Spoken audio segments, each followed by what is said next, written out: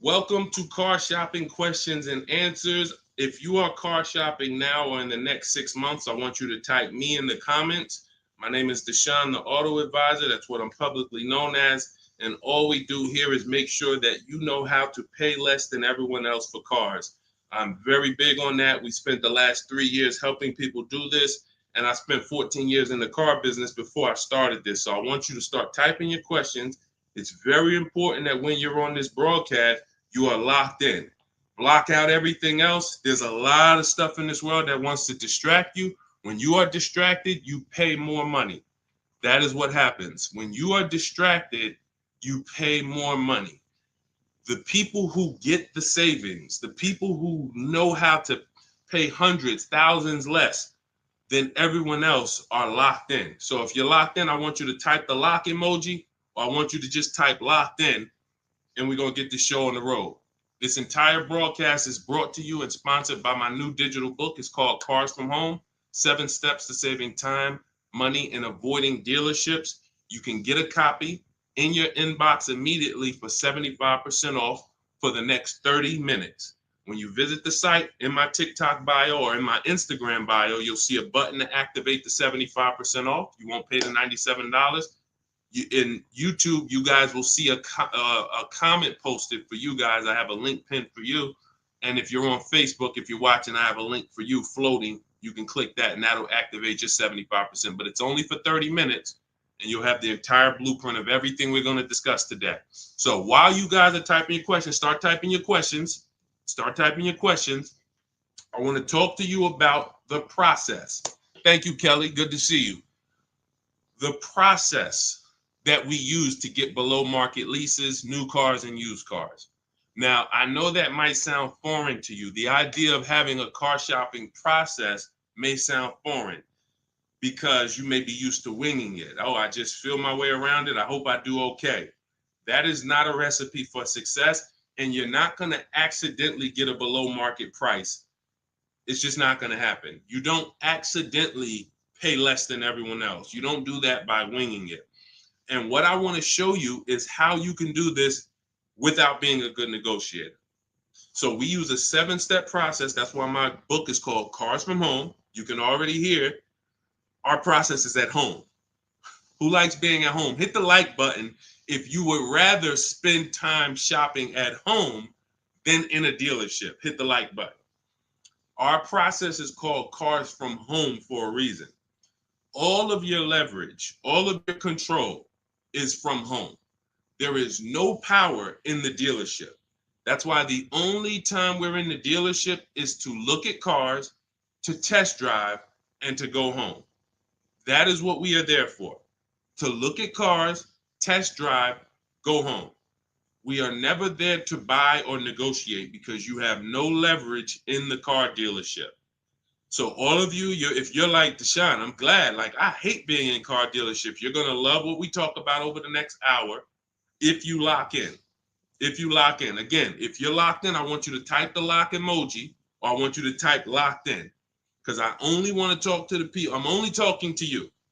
There's tons of people that's going to come through this broadcast. They know they're buying cars this week, this month, next month. They just going to wing their way through it, and they can't lock in. And I pray that we can get them to lock in so that they can see. Because listen, watch this. What y'all going to see me sharing throughout this whole show is really the people who've been locked in before you guys.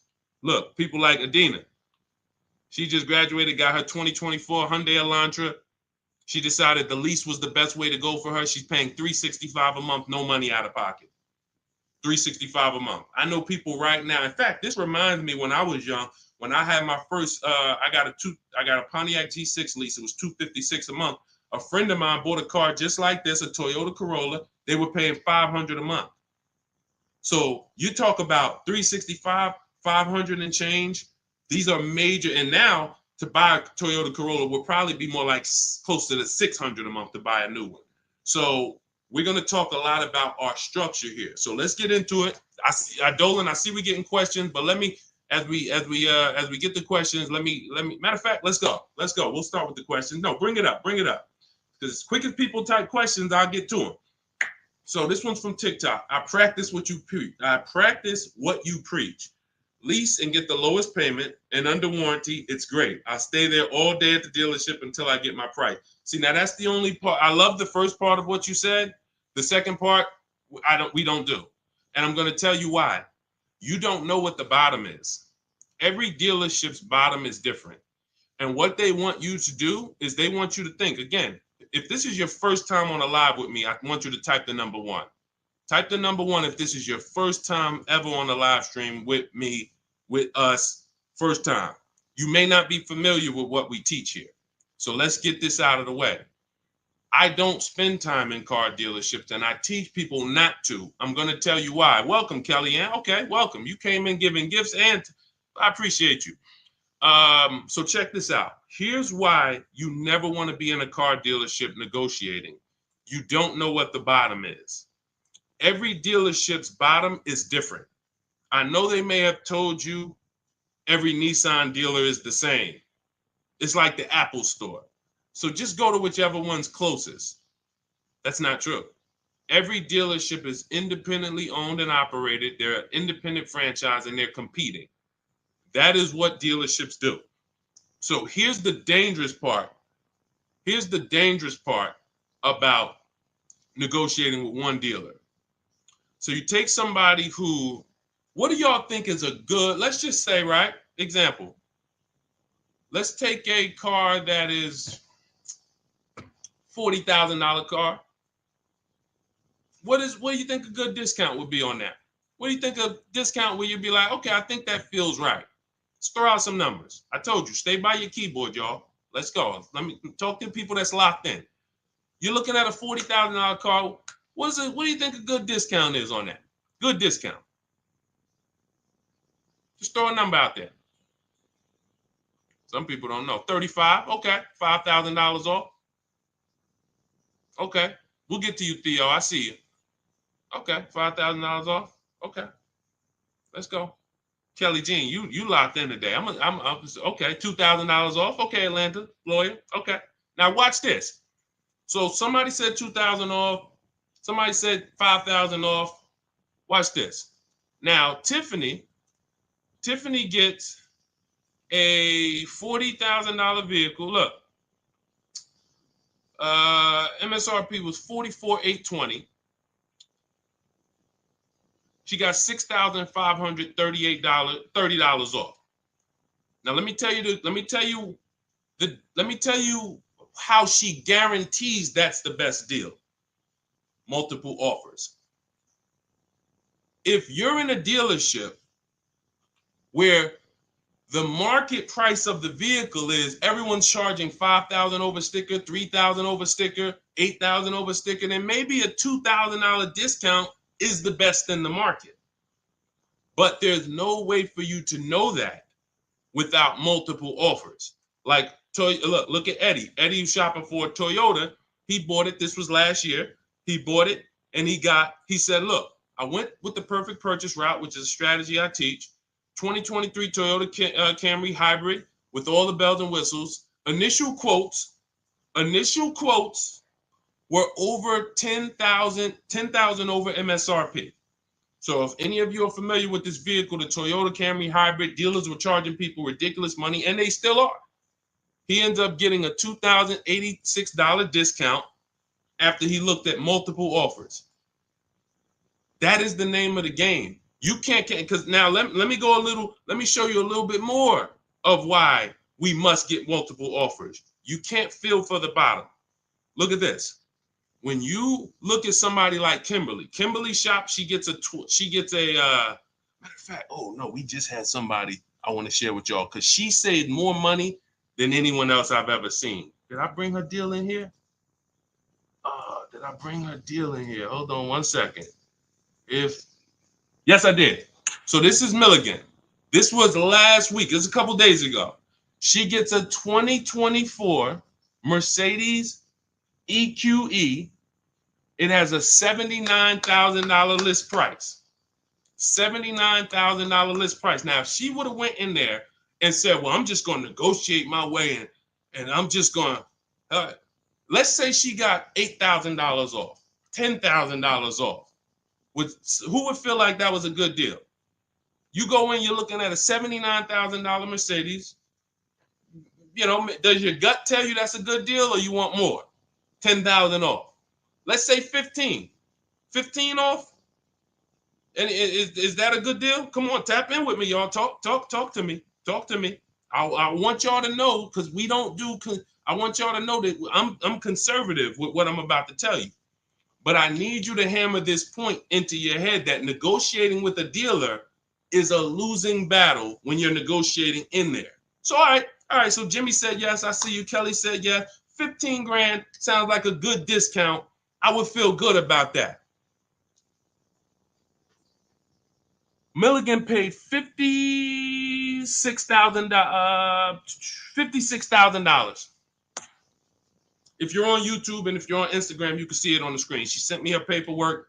This is what I do. So this is literally, people send me their deals. People who I work with around the country, whether you have my book, whether you're in my program, people send me their deals all the time.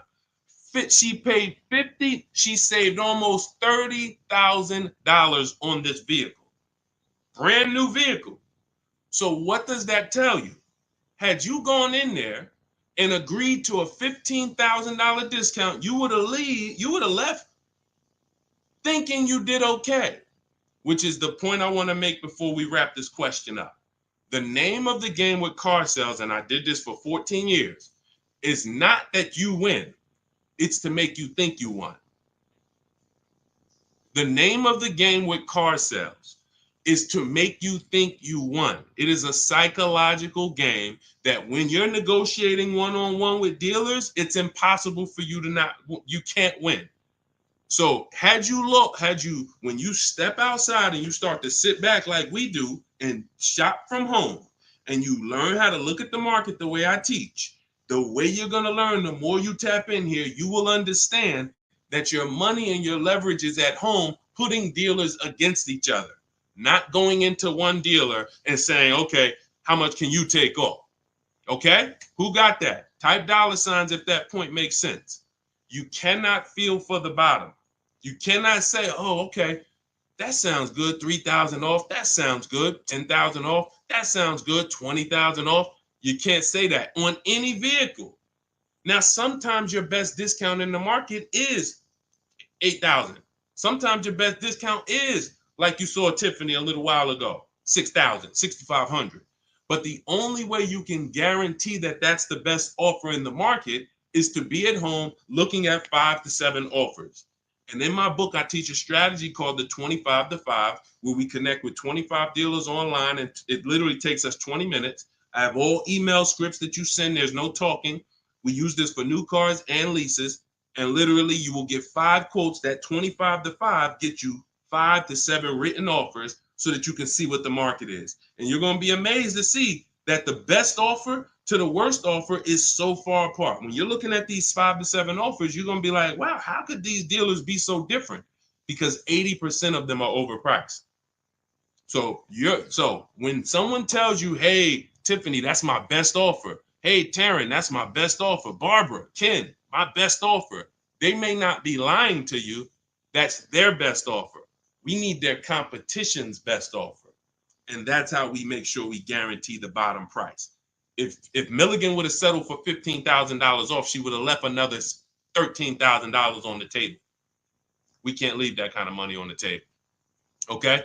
So yes, I love that you seem to understand about leasing, the person who shared this question, but what I don't love is being in dealerships negotiating. I do not do it. I don't teach to do it. We stay at home and we make people bid for our business. That is the game. Okay, all of this is inside my new digital book, guys. You can see it. It's called Cars from Home: 7 Steps to Saving Time, Money, and Avoiding Dealerships. And you can see, Josh, I have a support email everywhere. You can see it on my screen. Every time I do a live, I have a support email. When you purchase the book, literally on the thank you page, as soon as you pay, as soon as you get your 75% off, it literally says, screenshot this page. And it says, here's my support team's email, just in case you may have typed the email in wrong. And it says, click the link below to open up your book. So you can open it right there on the thank you page, save it to your phone or your computer, and I email you a copy. So DM me. If you don't see the support team email, we share it everywhere. We share it everywhere. I don't want to share it here live publicly, but DM me and we'll share it. We'll share it so you can have it. All right. Hey, Deshone, I drive 31,000 miles a year. Can I still get a lease driving that much? Theo, great question. So let's talk to high mileage drivers. If you drive more than 18,000 miles a year, I want you to type HM for high mileage. Now, here's what's important for you to understand.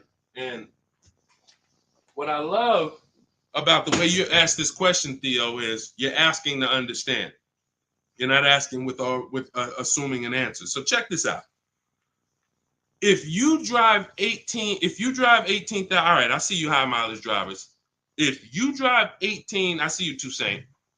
You have to think about something other people don't. This is how vehicles normally lose value.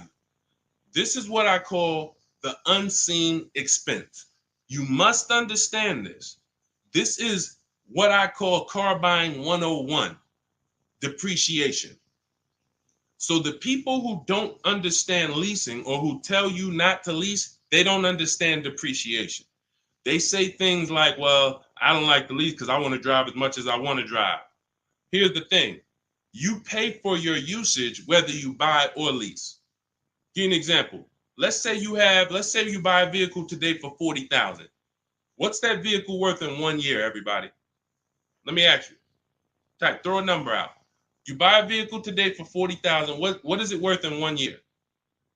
Average miles driven, 12,000 miles per year. What is that vehicle worth? Is it still worth 40? Is it still worth 40? No. Right, exactly. 33. Let's go. Let's go. Shout out to the people that's not distracted. 33. Look. So now that's a good estimate. You look and you say, all right, that's 40. This is 33. That's 1 year of time I lost $7,000. Had nothing to do with the fact you bought the car. I thought you didn't pay for stuff if you bought it. I thought you could drive as much as you want when you bought it. So let's throw a curveball in for the high mileage driver, because this is the point we're making. What happens if you drive 20,000 miles? What's the car worth? What's the car worth? Instead of average miles, where like, okay, it'd be worth 30. You drive 20,000 miles, it's probably worth 30. Instead of 33, it's probably worth 30. You lost 10 grand of value. So the more you drive, the more you depreciate your vehicle. Does that make sense? It doesn't matter if you leased or bought. If you buy a vehicle for 40 and you put 100,000 miles on it in a year, that vehicle's worthless. You go around and you try to sell it, it's probably going to be worth $12,000 or whatever, $15,000. You destroyed the value with the amount of mileage you drive. So now once you see that, now you can get that, all right, I'm not off the hook just because I paid for my car and I didn't lease it. I lose in the form of depreciation depending on how I use this vehicle. So that's the basis for us to discuss leasing versus buying. And when you look at leasing versus buying, here's what we're asking ourselves. This is step one in my book. We don't do anything else until we pass this step. How many years are you keeping the next vehicle? How many years are you keeping your next vehicle? Type into the chat. Those of you who are shopping, I want you to answer this. How many years are you keeping your next vehicle that you're going to be shopping for? 8 or more, or less than 8? This is called the 8-year rule. See, I get a lot of people, and I see a lot of you ask, hey, I'm looking at a Porsche Macan. Should I lease or buy? I'm looking at a Rolls Royce. Should I lease or buy? I'm looking at a Honda Civic. Lease or buy? It's the same answer. How many years are you keeping the vehicle? Because here's what you need to realize. You're going to lose the most value in 5 to 7 years. But after 5 to 7 years, after 7 years, the depreciation cools off and you start losing little value. Who has a vehicle outside they've had for more than 10 years? Type me. You got a vehicle in your driveway right now. You've had it for more than 10 years. I want you to type me in the comments. And we don't get many people nowadays. People are not keeping vehicles that long anymore. Okay, I see. Kelly Jean has one. Tiny Boy, I see you. All right, Naturally Dope. Okay. If you got a vehicle right now in your driveway, you've had it for more than 10 years, type me. Okay, I see you, just be you. All right. All right. These are called long-term. Look, been 18 years next month, naturally dope. Now, here's what's beautiful about them. Their depreciation is like this. What does that mean? Whatever their vehicle is worth today is probably going to be worth the same thing next year. I see you, E. Valentine. That means you beat depreciation. See, there's only two ways to beat it. Long-term ownership like them, or with a below market lease. You cannot buy a vehicle, have it lose value for 5 to 7 years, turn around and replace it and think you won. That's just not the way it works. You bought it for 40, you traded it in, it was worth 15, and you thought you won. You lost $35,000 or $25,000 in that time period. Was there a way we could have gotten that car or a similar car and lost less than $25,000 in that time period? This is what we're trying to do when we're beating depreciation. So if you are a long-term person, those of you who said, yeah, hey, Jose got 10-year Cadillac, had it from 2011, perfect. If that's your plan, you don't think about leasing. But if your spouse says, I don't want to keep a car that long, I don't see myself keeping a car that long, then they shouldn't be thinking about purchasing because they're going to lose in depreciation. So now when you look at what a lease is you have an opportunity to overpay. There's 3 types of leases: market value, above market value, below market value. If you pay market value or above market value, you lost. You lost. Market value or below market value, you lost. If you're enjoying this on TikTok, can y'all just double tap the screen? Just start tapping the screen. You're going to see the likes run up, and y'all just keep running them up. And what that does is it lets TikTok know we talking business over here, bring more people. If you're enjoying it on Facebook and YouTube, can you hit the share button, tag a friend in here so we can help them protect their money? This is about below market lease deals because you've seen commercials that say, hey, you can lease this vehicle for this, $5,000 down plus tax. Those are above market lease values or market value. When you see lease deals that look like this, and this is why I show you people who came before you. Danielle, $44,000 Audi, 2024, no money down, $550 a month. No money down, $44,000 Audi. You guys know, some of you know, every $5,000 on a loan is about $100 per month. So to buy that $44,000 Audi with no money down, we always shop our deals with no money down. And once you embrace what I'm telling you, you'll be shopping with no money down only.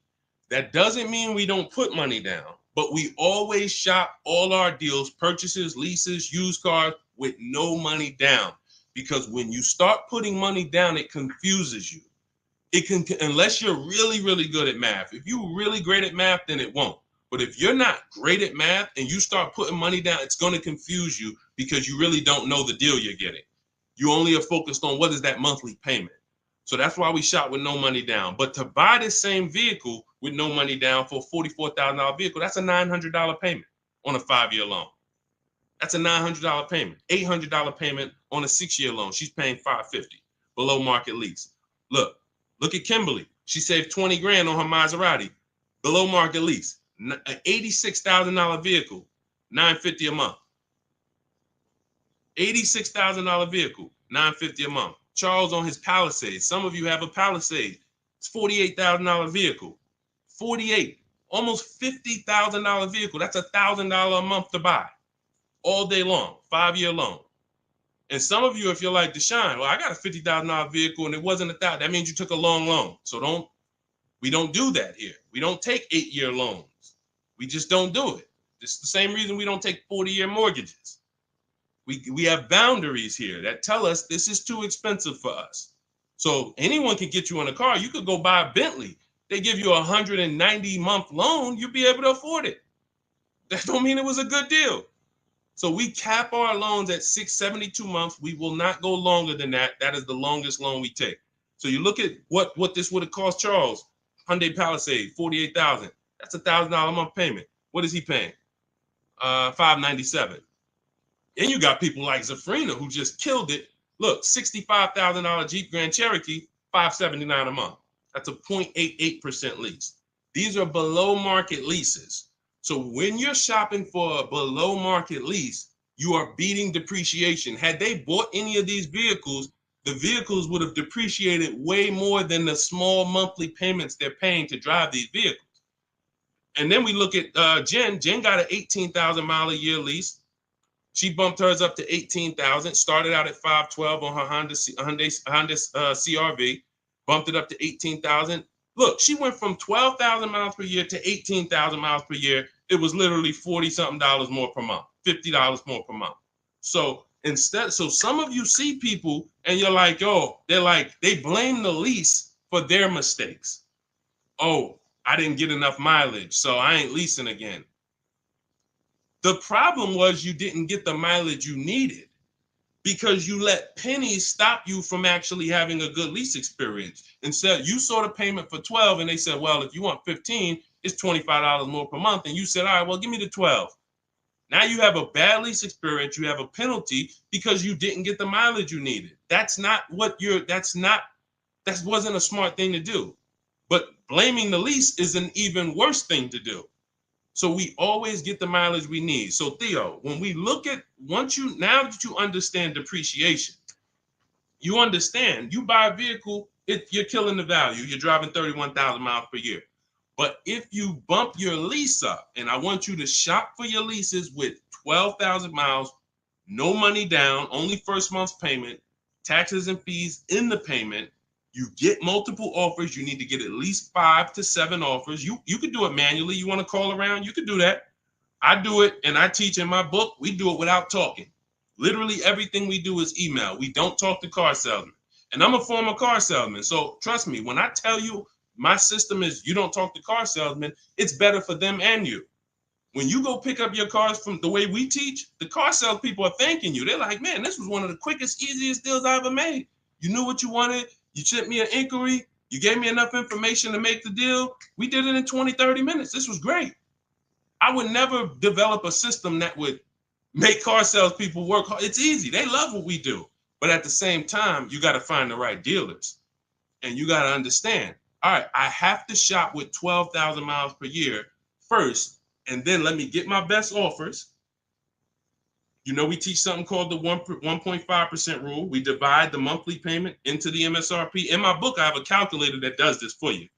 So literally, when you get my book, 75% off in my TikTok bio, 30 minutes, Instagram bio, 30 minutes, YouTube comments, Facebook comments, you see the link floating.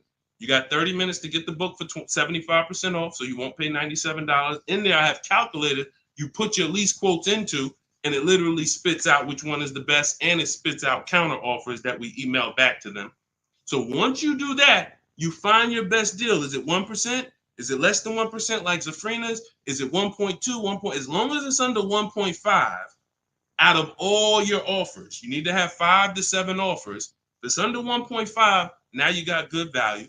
And now you ask them to adjust it up to 31,000 miles per year. You can absolutely do a high mileage lease. And you are going to spend less if you're a short-term driver. So I told you guys, if you were on the stream the other day, I talked about the guy that came in. He's the one taught me this, a customer. When I worked at Hyundai, I was a manager for a little bit. He came in, he had a high mileage lease on a Hyundai Sonata. I had never seen it. He had 72,000 miles on the car. And I was like, hey, you leased this? He said, yeah, I always lease. I'm in sales. He said, I used to buy my cars. I would always have negative equity. I had to do big down payments. I hated it. I started doing just a high mileage lease. He was only paying like $150 a month more than the normal lease for 25,000 miles a year.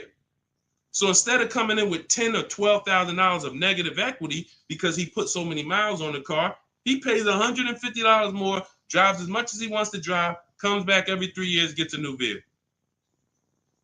He's not tying up money in these vehicles. Now, for those of you who are going to be long-term, like the people who we just shouted out about 8, 9, 10 minutes ago, that is the deal. You do not lease.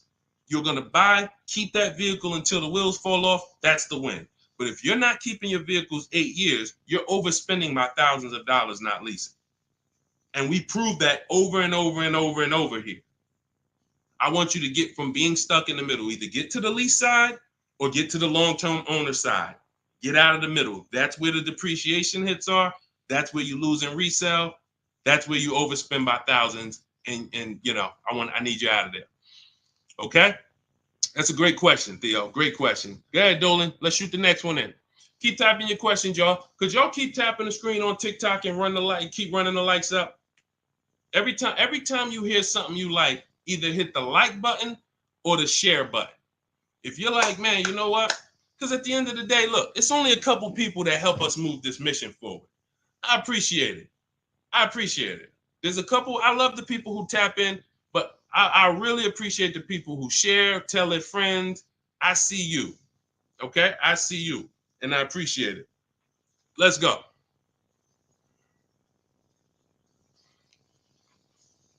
Okay, this one's from Instagram. If you negotiate with the manager, can you save because you're cutting out the sales guy? No. When you negotiate with a manager, I'm just trying. If I didn't have my way of doing it totally online by email, then I would be calling sales managers, and I'd only be dealing with sales managers.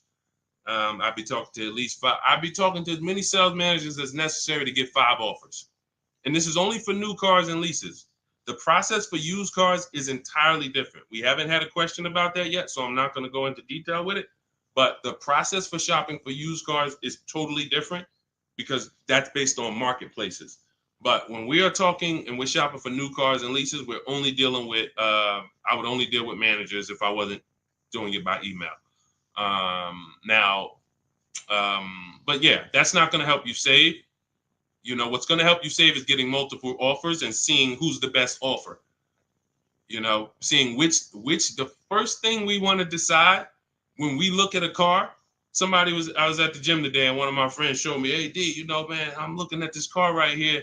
This Lexus dealer had it on their showroom floor. I said it's 100 of them in the country.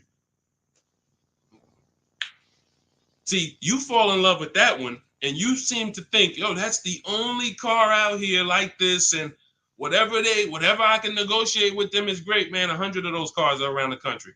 100, maybe 30 of them are within 100 miles of you. My mission and your mission is to find which dealer is going to sell that car for the lowest price. That's the mission. It's very simple, and it's very simple when you're doing it from home. Very simple.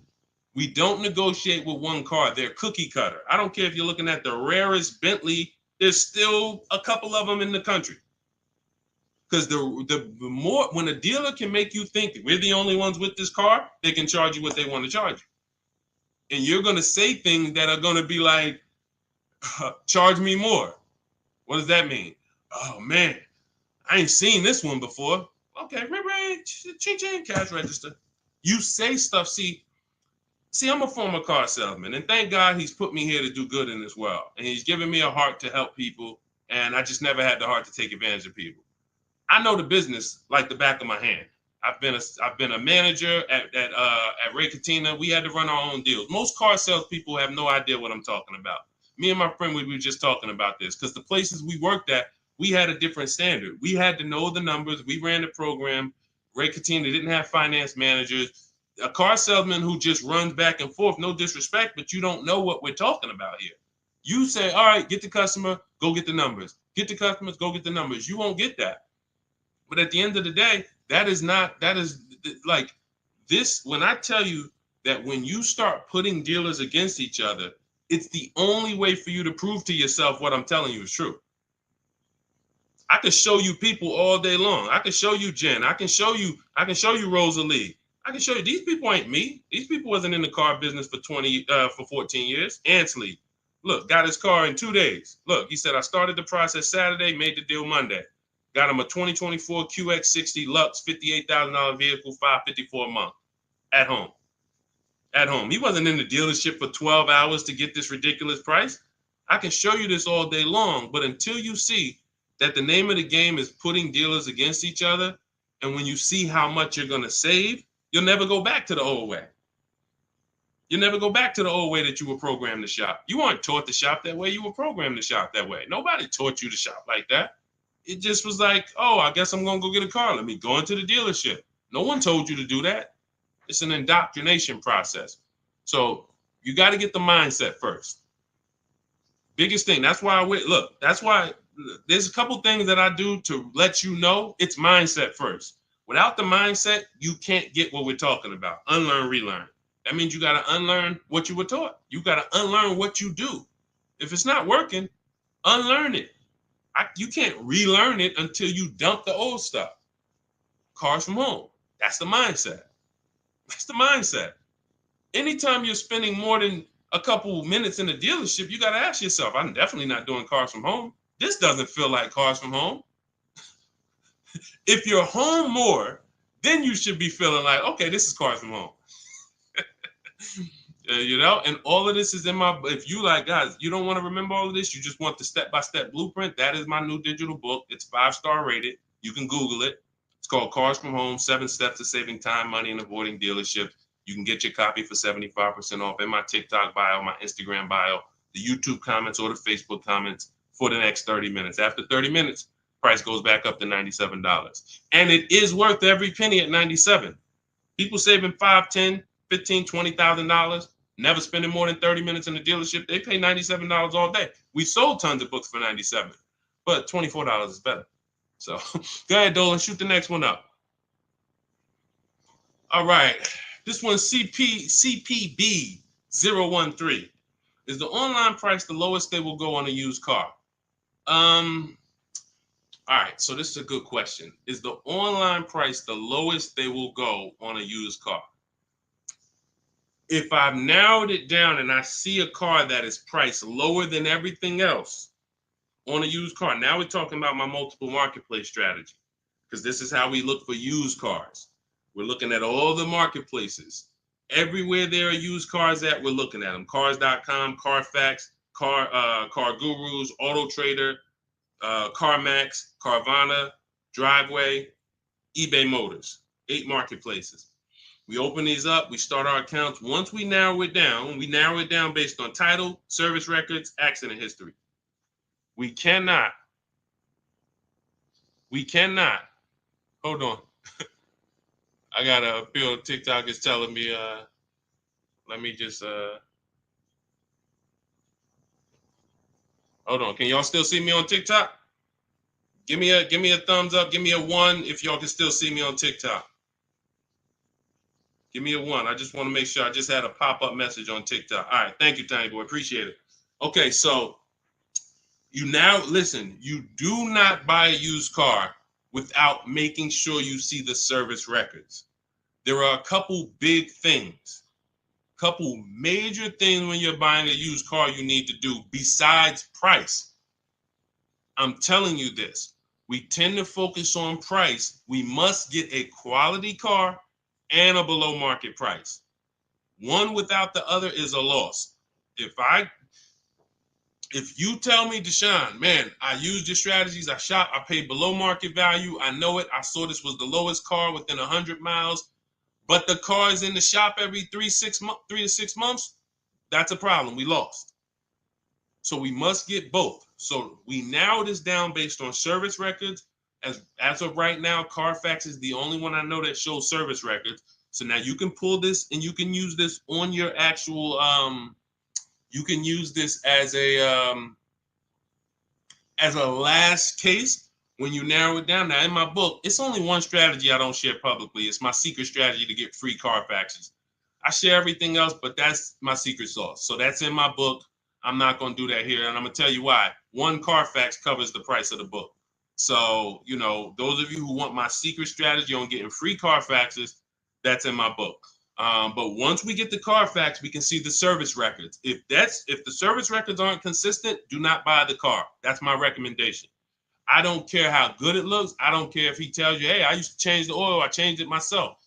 Without proper service records, the engine could go before it was supposed to go. The transmission could go before it was supposed to go. Like, this is literally the worst thing you can do.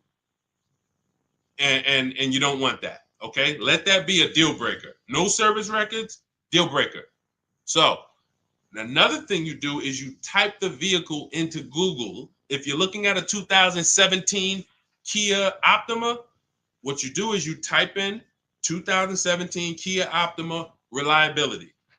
Skim the articles. Just skim the first page. It don't take you 5 minutes. Look for any red flags. Owners report electric issues. This vehicle has less than average reliability. Once you skim that and you see you're either going to eliminate that vehicle or it's going to pass, after you do that, I want you to type in 2017 Kia Optima longevity. Now you're going to see websites that look at engines and transmissions and what owners say in the long term. And it'll say these vehicles may last 200 to 300,000 miles. This is how you get quality. Again, you cannot get a great price and then not a quality vehicle. It's a loss. We got tons of people, you may have had that issue. You felt like you were doing good, and then all of a sudden your car's having problems. Whatever price you paid for it doesn't matter. The car's having problems. So this is how we prevent that to the best of our ability. So you type in longevity, you may see owners report transmission issues at 80, 90,000 miles. If you're looking at a vehicle with 70,000 miles, isn't that important?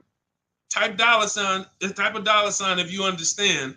If you're looking at a used car and it has 60,000 miles, you do that quick search I just said, and it says owners report transmission issues at 80, 90,000 miles. Wouldn't you want to know that? Quick search. This is 10 minutes to say this is free. Free things that take no time, that save you thousands of dollars and headaches and money and all of this. So now, once that's happening, we look at the prices. Now we look and say, all right, is this the lowest price on the market? All right. Are they going to charge any fees? This is what we need to know, CPB.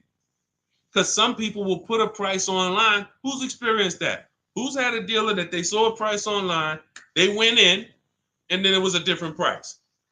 Type me if you've had that happen to you. You saw a price online, you said, okay, price looks good. You go in, all of a sudden it's okay, but this and this, and then we got this, and then we got this, and next thing you know, you're $8,000 more than the price online. Happens all the time. How do we prevent that? We call before we go. We must verify fees before we go. So when I look at a price online, CPV, you got to understand something. There's two types of dealers. There's dealers who list used cars and they have no intention to sell the car at that price. They're going to bump the price up when you get there, and they hope you don't call. Because if you call, then they know you won't come. And in my book, I teach you how to call. We don't waste our time. We don't let anyone waste our time. While we're in a dealership that's wasting our time, the real best price car is selling to someone else. If you narrow it down to 3 cars and then you go see one and it's like, okay, Dad, you wasted my time. Now you come back and the other 2 that was really the best price, those are gone. Because the best price cars don't last long. So we can't afford to let anyone waste our time. So now the goal is to see, can I get money off, but not here. We don't do that until we get there. Because a lot of times when we shop for used cars, we're getting notifications of every car that pops up. A lot of times we get cars that no one even knows hit the market yet. Soon as they hit the market, because I teach you how to know the market, you literally know the car there before anyone. You verify fees, you're there, you test drive it, you lock the car up. You can't call those dealers and be like, hey, could you take another $1,000, $2,000 off? Because they're going to be like, well, we just got the car. We're going to give it some chance. And I'm going to give you another insider secret. Dealers use a tool called V-Auto. When we list used cars, we know what every used car is priced at around us. We know what every single used car is priced at all around us. So we know we're the lowest priced car in the market. When you're looking at that car and you see that's the lowest price out of all of them, that dealer knows they're the lowest price. So when you call them and you look for more money off and you're not there, you don't have any leverage. So we do that when we get there. So this is all in the process that we use. I talked to y'all at the beginning of the stream. We talked about process. Everything we do is a system. That's why we have thousands of people that you look all over my pages, you read those comments, you see people sold their leases. I made so much money selling my lease. Oh man, I got $10,000 off. Man, I got a deal that was $200 less than what I thought I could get. Look, I had, I think Vicky, who wrote into me? I think Vicky wrote into me and said, What's her name, Vicky? Okay, can you take that question off, CP? Dolan, so I can see this. Okay, yeah, it was Vicky. She said, "Hey, Deshone, thanks to your book and the methods, I was able to get my new lease for a 2024 Volkswagen Atlas for $175 less a month than my first quotes. I did it all online except for picking up the car. I put no money down other than first month's payment and DMV. I saved over $6,000 over the life of my lease listening to your tips, using my scripts. My negotiating scripts, you don't talk, you're typing, you're copying and pasting. So if you have it, if you can't copy and paste, this ain't for you. If you're not good with a computer, you can't visit websites and copy and paste. This isn't for you. But that is the name of the game. That is the name of the game. Like, it is all about having a process, not winging it. This is a 5 and 6 figure transaction. You wouldn't wing a home purchase. I don't care if you found the least expensive shack in the country. You found a shack that was $40,000. And you're like, man, I want to buy that shack. You wouldn't wing that process, right? You wouldn't be like, oh, you know what? I can handle it. Forget the attorney. I don't need a realtor. I don't need none of that. I'm just going to go and, no title company. No, there's a process. Doesn't matter. Even the least expensive house. So if you treat car buying here like you treat home buying, if you treat car buying like you're buying a small house instead of a big TV, that's how people treat buying cars. Then people come in, hey, honey, look outside. You bought a car? Hey, I went down. I told you, I told you I was just going to get milk, but I stopped by the dealership. I knew you was out for a couple hours. What happened? Like, how'd you buy a car? Well, I stopped by the dealership. I saw this thing and I just had to make it. You made a $30,000 transaction in minutes. It's like it's a big TV, like you bought a 90-inch TV home. Look, honey, but I got a car, something that costs $50,000. I did it in a couple hours. This is why we're losing. And so part of what I got to do, y'all, I got to tell you the bad news. I got to tell you the bad news so that you can get to these prices. You're not going to get to these prices unless you realize that everything they taught you to do was for them to make more money. Once that clicks, you come over to our side and you join our side, and we'll just, you'll be winning for forever. New cars, used cars, leases, high mileage drivers, don't matter. We do it all. All right, go ahead, Dolan. All right. I'm in 3/6 years in my finance car. Okay, it looks like you're about halfway in, and would do anything to pay less than $660 a month. How do you feel about refinancing? Okay, so there's a right way to refinance and there's a wrong way. Refinancing should be you qualify for a better rate now, but you don't want to stretch the loan out. And I'm going to tell you why. Most of the people who want to loan you money, they want you to take it longer. I make more money lending you $40,000 for 8 years than I do for 3 years. So the longer you take the loan, the more I'm pretty much guaranteed to be all right. If you pay for 2-3 years, a lot of that is going to interest. So by the time you get to halfway through, you still owe a good amount on that vehicle. So most people, when they refinance, they call and they're like, okay, well, what's the lowest payment I could refinance into? And then they'll stretch the loan out. And that ends up, like, let's say if you paid 3 years already. Now you go in and you say, all right, well, what can I refinance to? They say, well, we could get you the $375 a month. We give you a new 6-year loan. And now people be like, oh, well, I like that better. But you already paid for 3. What's 3 plus 6? 9 years. No one's taking, there's no smart person on here that would sign a 9-year loan. But that's the problem. So here's what I would do. You're already, all right. Another thing about refinancing, it's for people who want to keep their cars. We said this earlier. The people who are keeping their cars want to actually pay them off and keep them until they, forever.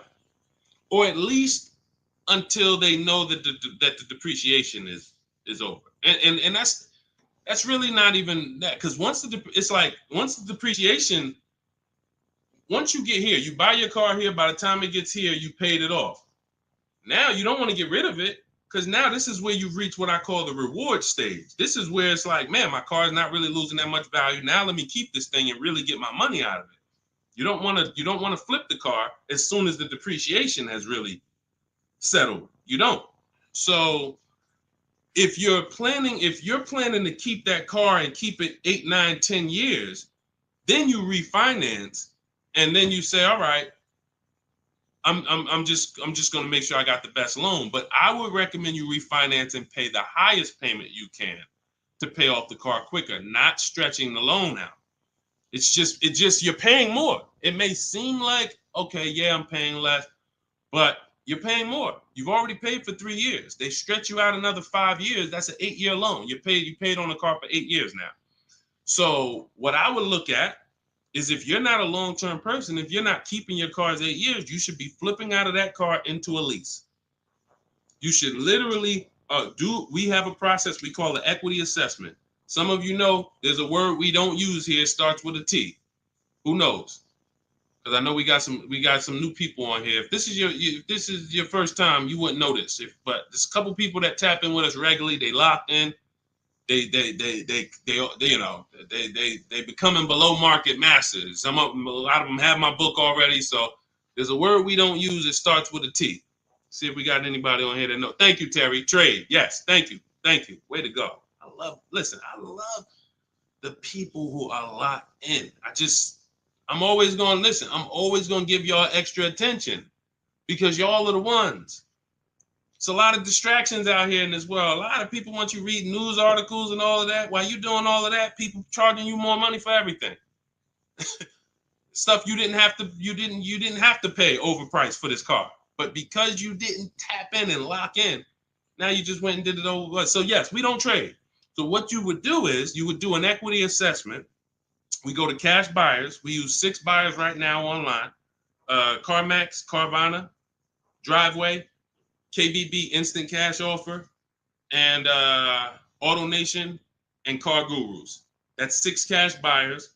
They compete hard. 3 of them link you to a local dealership for a cash offer. 3 of them are online car buyers for cash offers. And these are people I've helped hundreds of people sell cars to these people. I've sold my car, my mother's car. We both sold our leases, and I ain't gonna tell you what I made when I sold my leases, because that's when the market was high and every car was worth $7,000 to $12,000 more than it's worth today. You know, I'm so glad we look back and we helped a lot of people cash out and benefit from that market. That's no longer here. That's over. But there was a 3-year run where we were selling leases and making literally 5 figures. It's amazing. But anyway, the point is, you want to do an equity assessment. You want to let these cash buyers bid for your asset and see what's the most you could pay. You're not going to get money. You're not going to get these numbers on trade. So once you do that, you see how much you can pay. Now, we were switching to a lease. You get a below market lease on something, you drop your payment very simply. Very simply. You going into another finance though, it's going to be difficult for you to do that. It's going to be difficult for you to do that. Let me see the woman I had who went. She just did this. She literally just did what I just laid out for you. And let's see, what was her name? Melissa. Was it Melissa? Yep.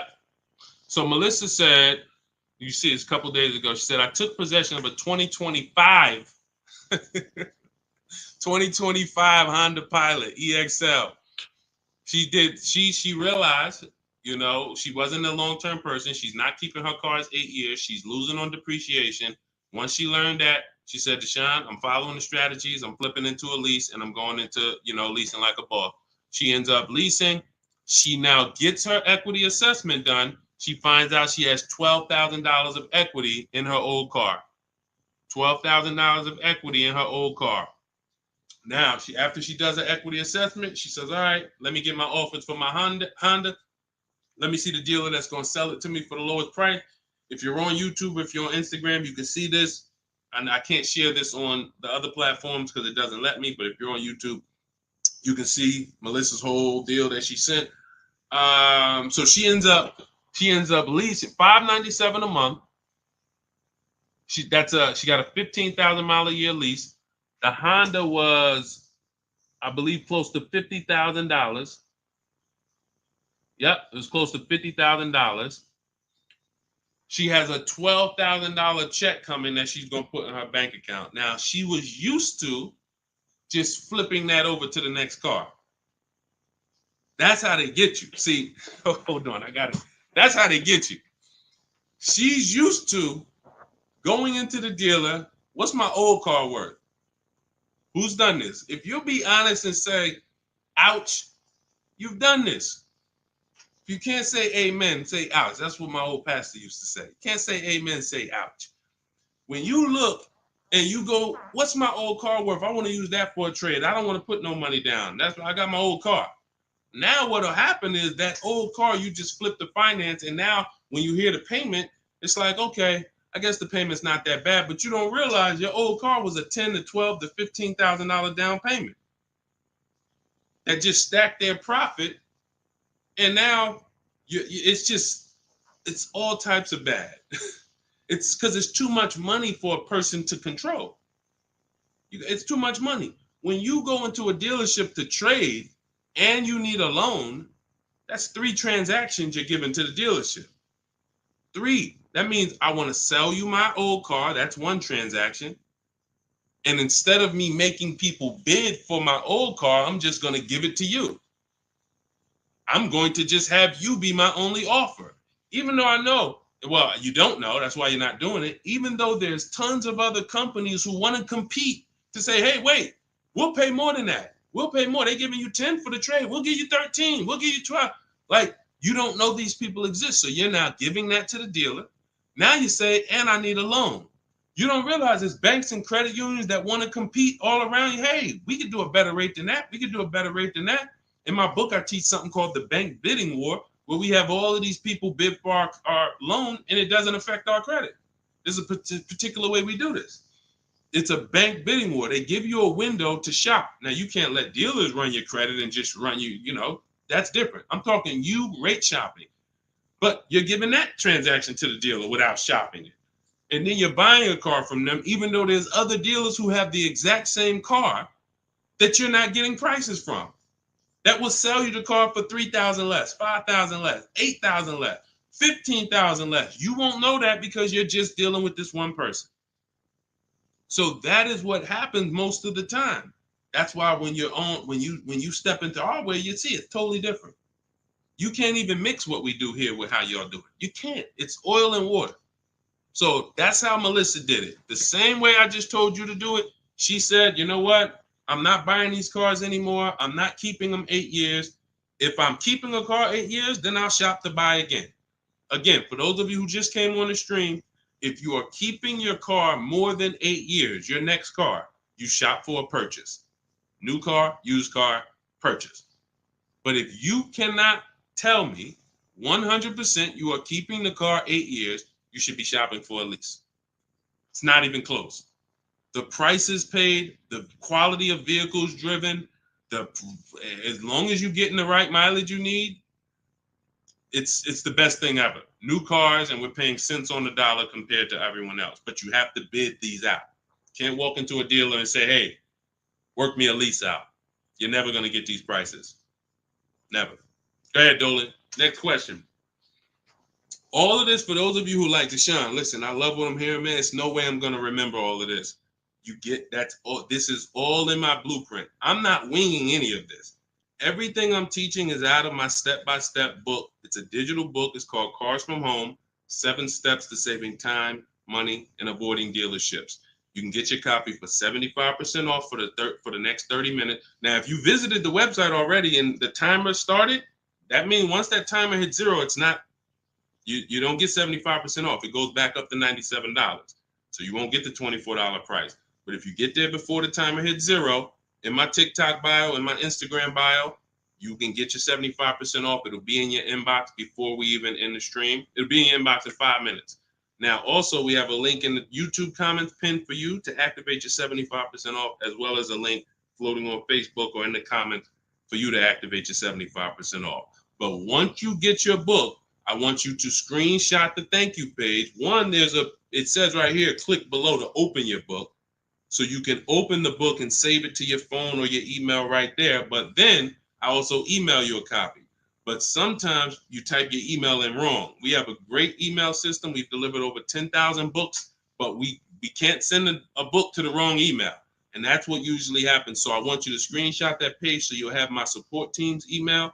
And depending on where you're watching, you'll see the support email on the screen. But this is only for book delivery. This is not for questions. I don't do questions through email. All right. Jimmy, thanks. Just got the book. Can't wait to read and learn how to get a great deal on my next car. Congratulations. Use it, win. Follow it step by step. Don't change a thing. It's like McDonald's. I promise you. The reason why we have hundreds of people, I've worked with 2,000 people personally, and we probably got thousands of people that I don't even know about. Hundreds that have written me, text, DM me, emailed me. But I know we have thousands of people who've used our strategies to get below market prices and enjoy the car shopping process. Like, enjoy. How about that? How about, yeah, great to pay below market prices, great to save thousands of dollars. How about enjoying something, enjoying a process of something that you're about to spend 5 or 6 figures on? Not like, oh, just get me out of here. I've had people who I've seen them. I see them at the dealership when I was in there. They can't wait to get it over with. Oh, I hate this. It's a shame.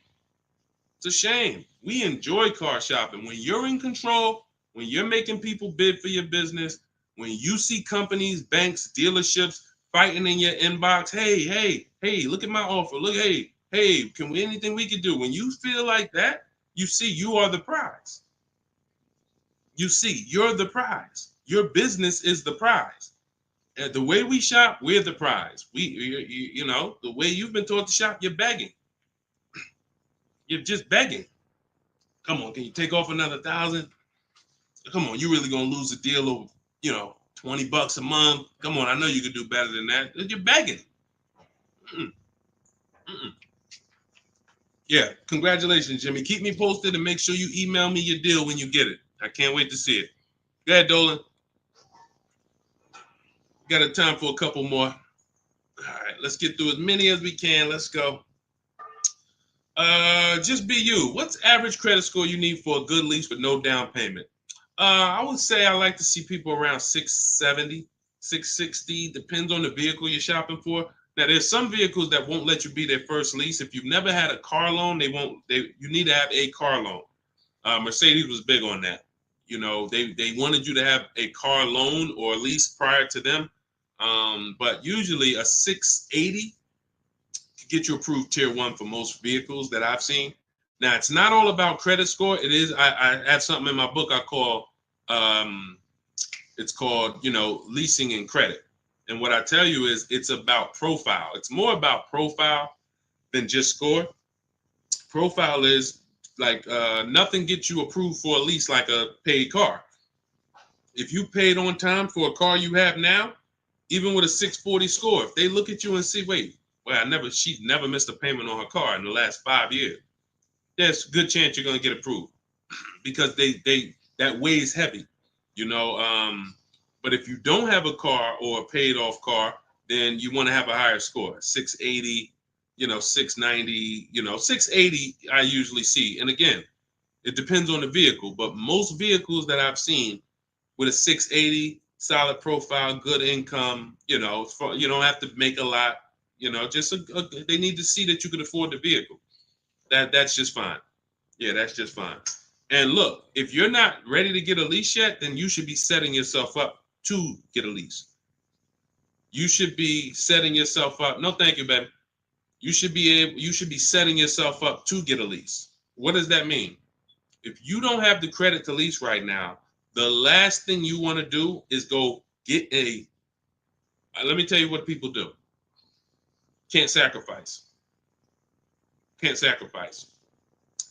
You don't have the credit, but you want to drive the nice vehicle. So you're going to go out and you're going to spend 20, 25, 30 and say, hey, what could you get me to on that? Now you go out and you're paying $800 a month. Now, you're already slightly shaky in your payment history. That's a problem because you're biting off a big payment. You're typically going to overpay for that car, and the interest alone is going to be an overpayment. Not to mention the price of the car you pay. So you're getting charged more for interest, which is normal. But without shopping strategies, now you go and you overpay for the car. So you might overpay for the car, and now you got a 25% interest rate. You're burying yourself. So now you look up and you say, okay, next car, am I any closer to leasing? Not if you missed a payment on that. One late payment on that, no, you jacked yourself up. So what I teach people to do is, when you don't have the credit, get something very inexpensive. Get something that you can get, the least expensive car that you can get a loan on. Get a car that was like a Hyundai Elantra or, Toyota Corolla, something small. That was the smallest car you could get, because the smaller car you get, that means you could get it pre-owned and it won't be that expensive. Like, all right, a Hyundai Elantra is $24,000 brand new. That means I could get, if I wanted to spend 10 grand on one, I should be able to get one that's like 7 years old, 8 years old. It's only 24,000 new. I shouldn't have to, but if I'm looking at a car that was 50,000 brand new and I want to spend 10 grand, then, I'm going to get a 10-year-old one with 100,000 miles. So we want to get the least expensive car, the smallest car, no frills car, just to have a payment history. Build that payment history, $250 a month, pay them, work on your credit. Now in 18 months, you go and you flip to a lease. 18 months, 2 years, you go and pull up in a brand new car. The people going to look and say, oh, man, I ain't realized, man, I saw you pull up in that old thing, and I was like, man, what's she doing driving that? But you ain't know, this is a plan. This is a strategy. I'm not going to go and bite off a expensive car. What I need to, I need the nicest car, knowing that my credit isn't there yet. I'm going to sacrifice now for 2 years, get a car with a low payment, make sure it's reliable. I call this a smart car. It stands for saving money at the right time. And then in 2 years, I'm flipping into a brand new lease because I worked my plan. But that's a plan. How many people I saw with bad credit driving Dodge Chargers? I look at what they paying and it's like, yo, dog, this is a horrible deal. Why'd you do this? You couldn't just sacrifice. You already make the money. You could have bought a less expensive car, fixed your credit, and in 2 years you've been driving a new Dodge Charger with, leasing it. Like these are the things that I tell people with bad credit, because it's a real financial, you need a plan. You need a plan. So good question though, just be you. All right, go ahead, Dolan. Send one more in. Let's go. Everybody getting value. If you're getting value out of the stream, type dollar signs. Type dollar signs. This is what we do over here. I see y'all running the likes up on TikTok. Shout out to everybody tapping the screen. Appreciate y'all.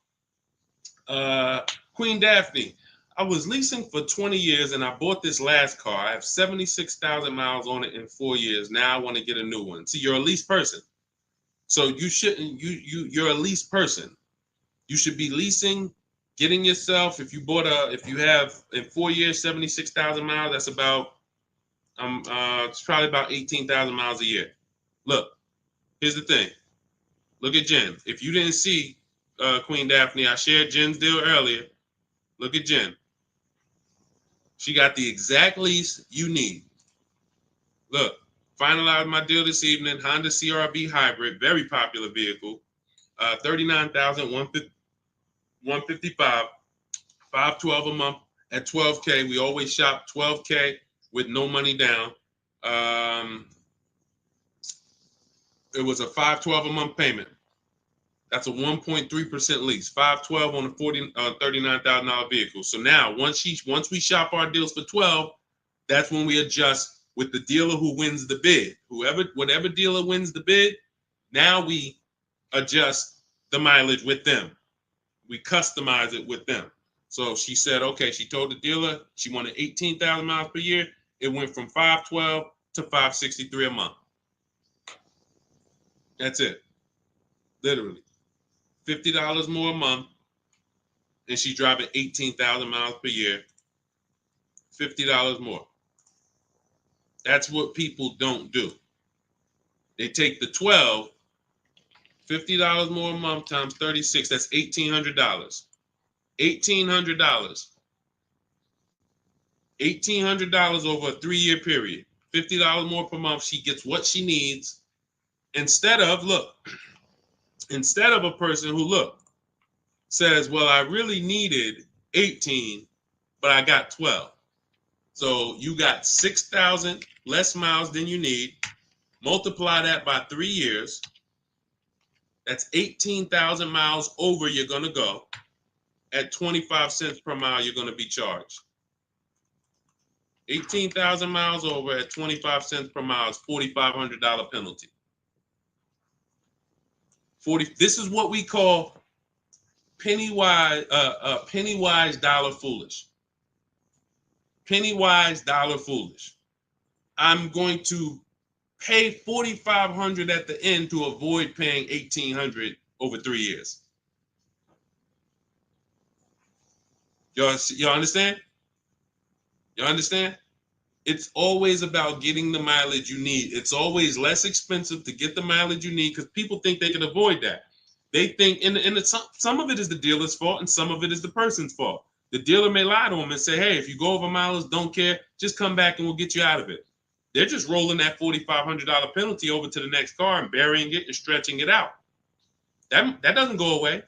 You cannot, because you know why the dealer has no control over this? Because the dealer has nothing to do with that. It's the bank's vehicle.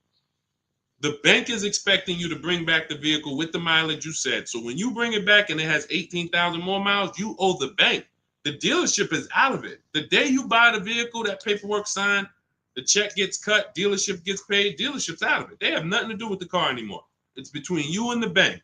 That's the bank's car. That's why when you drop off a lease, you pay a disposition fee to get the money, to get that car back to the bank where it belongs. The dealer has to transport it to the bank. It's their car. So it's always, we always shop for what we need.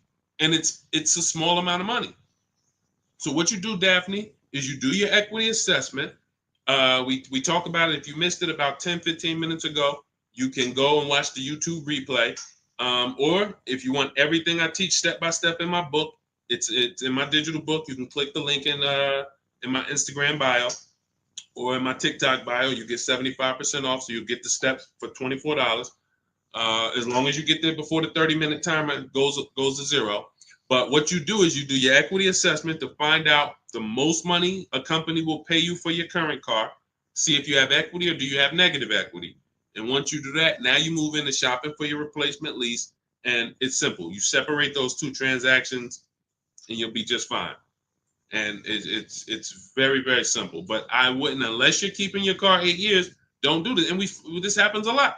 People who love leasing, enjoy leasing, and then all of a sudden you buy something and it's like, nah, you know what? I really want to get back to leasing. That happens. I did it. And I broke my own rule. And here's the thing. When you break your own rule, y'all see, because I'm about to replace this truck, because I thought I was going to keep it 8 years. This is why you have to know. When I bought this pre-owned Infiniti truck, I got a great price on it. Saved 42% off the original price.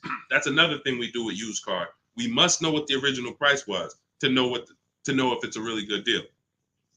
We didn't go into detail on that in this show, but that's a big deal. You cannot. How do you know you're getting a good price on a used car if you don't know what it was originally priced? What equipment it was, what packages it had in it, what was the original list price, and what's the asking price? That's how we calculate discount. I call that the true value discount. That's in my book. So, but when I got it, I got a great deal on it. Now, when I look at the money that I paid over 3 years, once I get this new lease, you're going to see that I could have just gotten the lease. I could have just gotten the lease when you compare a used car, great deal on a used car, to a lease, they're about the same money coming out your house over a 6-year period. If you got one vehicle and you kept it for 6 years versus 2 leases, it's going to be about the same money on 2 pre-owned cars.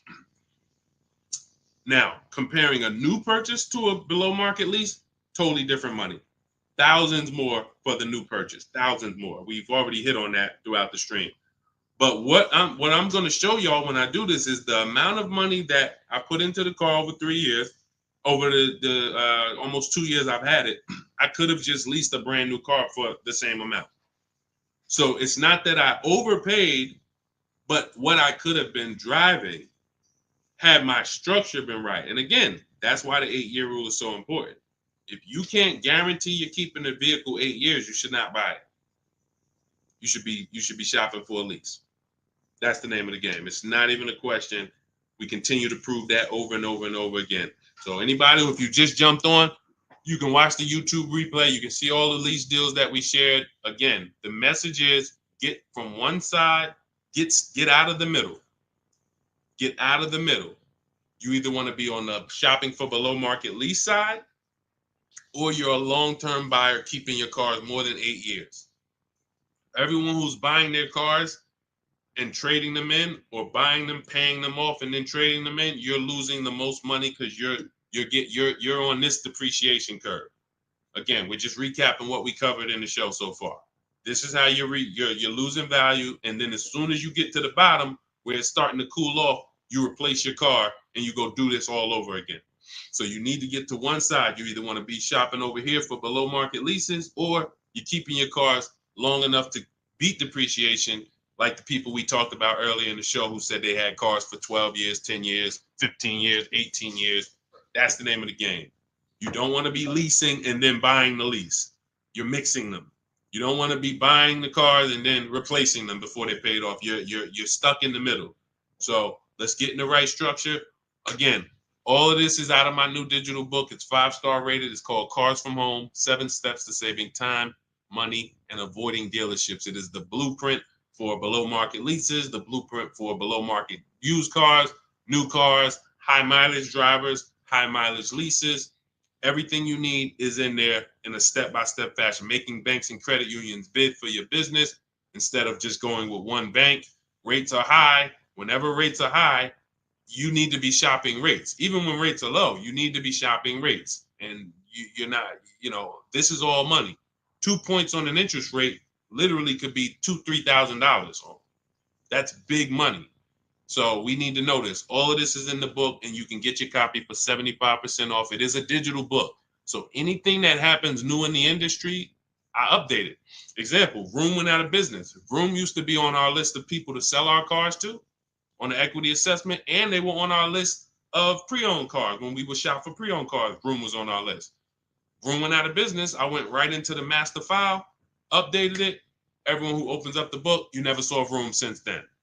I couldn't do that with a print book. If I had 10,000 copies in print in people's houses, how do we update it when these companies go out of business or when a new website comes into the market? So with a digital book, we do that. You get free updates for now, and that's what we've been doing. So 30 minutes only. Once the timer hits 0, the price is $97. Once you get to, before you, where can you go? TikTok bio, Instagram bio, Facebook link in the comments, or it's floating, YouTube pinned comments. Get there, get your copy for 75% off. And please send me your deals. When you make your deals, send me pictures of the car, send me the details. I can't wait to see it. All right, we'll be back for another stream. Shout out to everybody who checked in. Shout out to everybody that was locked in. God bless y'all.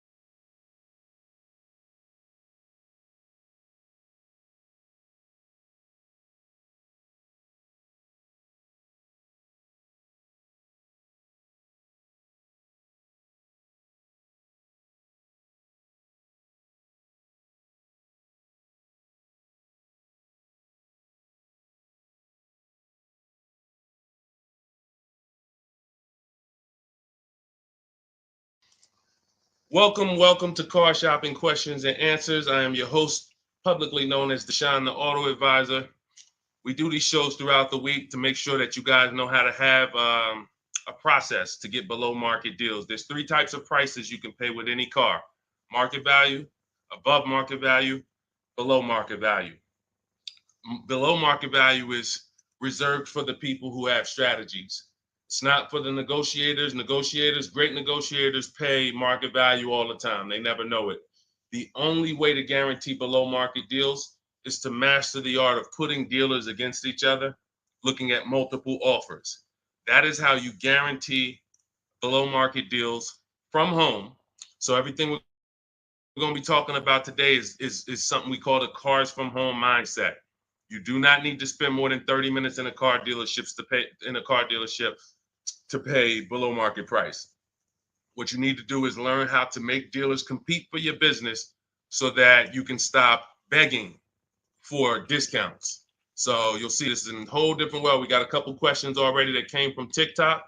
So we'll get to those. You guys can start typing your questions. We have Dolan in the background. He's moderating and he's going to bring in as many questions as we could get through in the next hour. So we're going to try to go as fast as we can.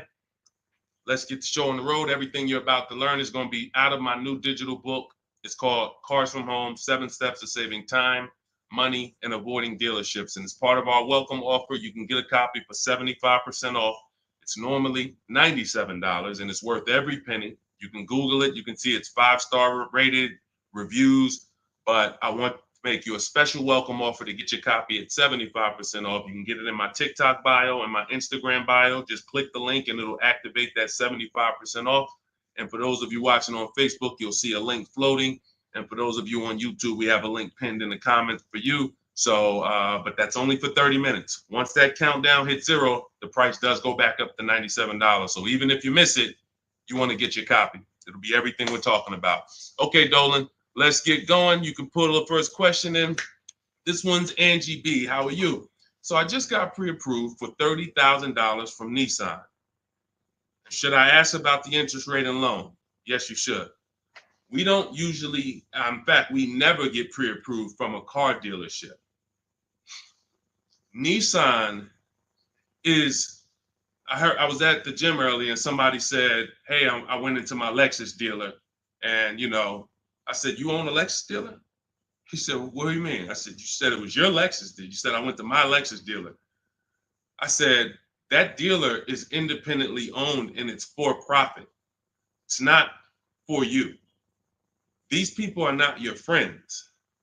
He said, no, you're right. He said, they are nice though. I said, well, you make more money when you smile while you're taking someone's money. So there's people who make tons of money, they never smile. But if you smile, you'll make even more money. The point is to understand that someone who has an interest in making money on you should never be your only offer. Never. Because you don't know how much they've built in for themselves. So when you get this pre-approval offer, the best thing for you to do is to, all right, there's some smart people on here that know this. They know this particular part.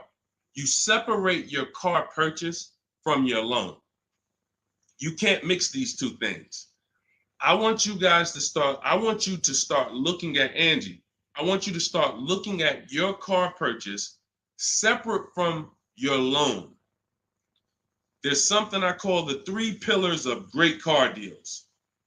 3 pillars. And if y'all are on break or something, or you should have a pen taking notes, unless you're gonna watch this replay, because we're gonna cover a lot of stuff in the next hour. 3 pillars of great car deals. You must get a great deal in each pillar to actually get a great deal. First pillar, who I buy my car from. Second pillar, who I get my loan from. Third pillar, who I sell my old car to. Those are 3 independent transactions.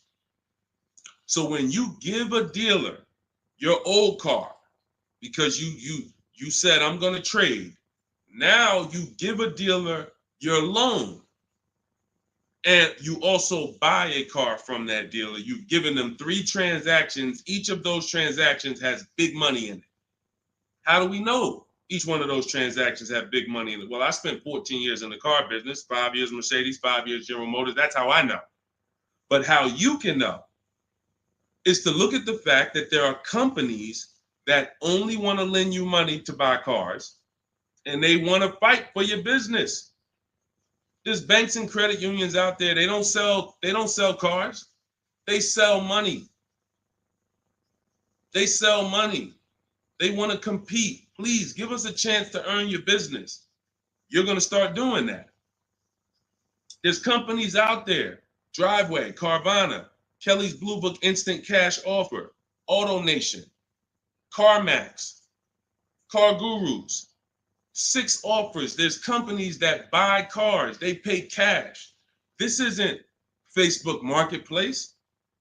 The only way we used to get more money for our old cars than we could get from a dealer is we had to sell it privately. Y'all remember that? Remember that? If you wanted to make 2,000 or 3,000 extra than the dealer was going to give you, you had to sell your car privately. These 6 companies that I just named are going to pay you more than any dealer is going to pay you to trade. So what you got to understand, academic weapon, and people like you who are asking these questions, you got to understand that there's 3 parts to a car transaction. The ones I just broke down, that's if you have a trade. But now, how do you make sure that you get a great deal in each one of the pillars? It's simple. Bids. It's simple. Bids. All you have to do is embrace that. As long as I get bids, it's impossible for me to overpay. This is great for the people who's not a good negotiator. Let's be honest here. If you're not a good negotiator, type not me. You're just not good at it, or you just don't like it. Just type not me. Or me. It doesn't matter. Just something to tap in. Be honest. I see you, academic. Okay. Anyone who's just not, and here's what I know, because I'm taught this in sales. Only 15% of the population is. Only 15% of the population is comfortable with conflict. Hey, Terry, thanks for being honest. This is how we're going to win, being honest. So when you look and say, well, if I'm not a good negotiator, how do I get below market prices? It comes back to bid. So everything I'm teaching you is based on a bidding system. What you should be doing, Angie, is I'm gonna teach you something I call the bank bidding war. This is in my new book.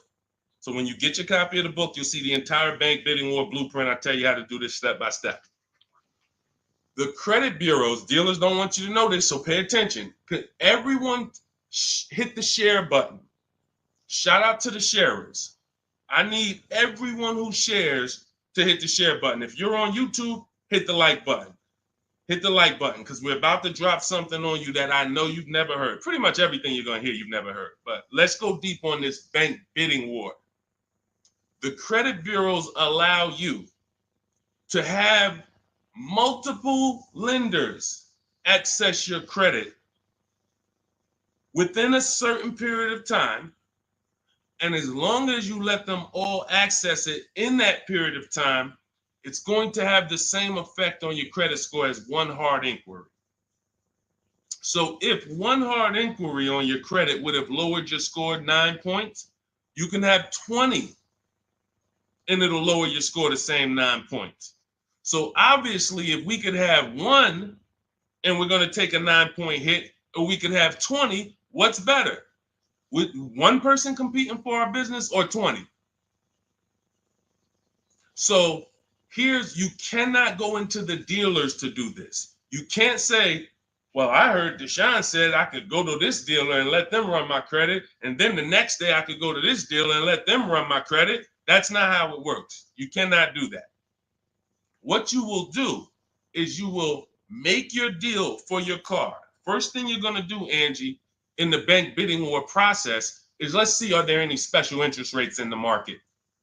That's always step one. The bank bidding war is 3 rounds. Step one is, are there any special interest rates for the car I'm looking at? Are they running 0%? Are they running 1.9%? Anything that I know a bank or credit union can't beat at all. It's a subvented rate.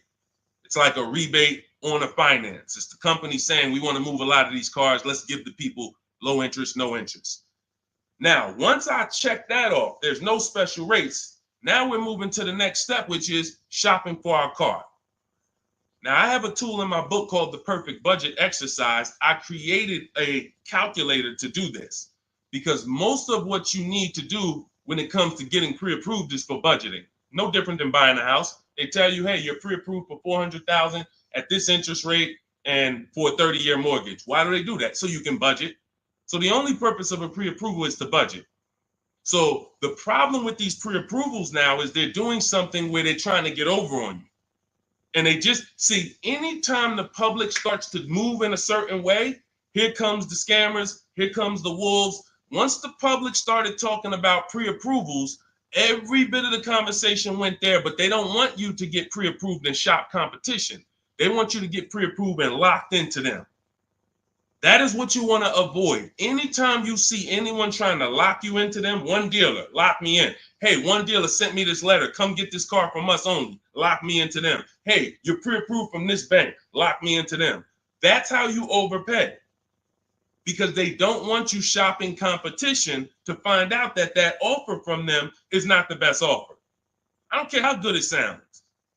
It's not the best offer until we've seen 2 or 3 and 4 or 5 other offers. Then we realize, oh, that wasn't a good offer.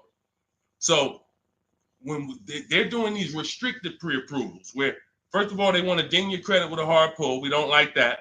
Second of all, they want to give you, they don't give you a rate, an interest, they give you a term, but there's an expiration date on it.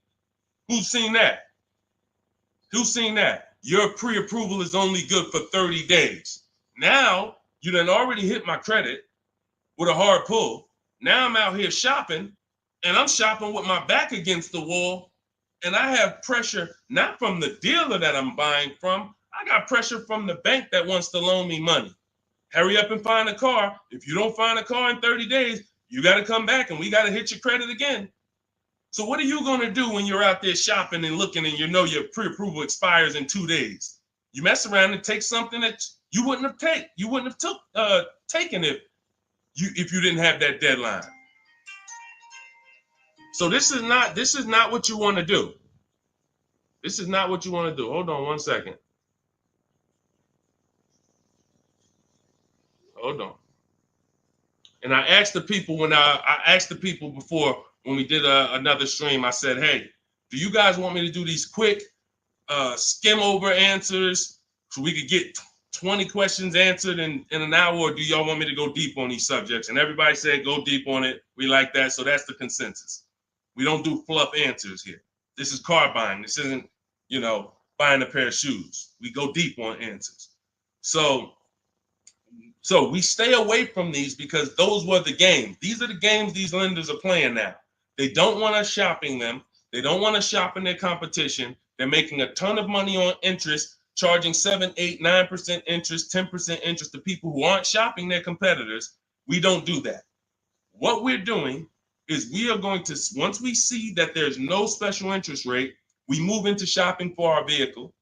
Now we're getting bids. Once we find the best offer on our vehicle, new car, used car, we lock it up with a deposit. We never take on the spot delivery.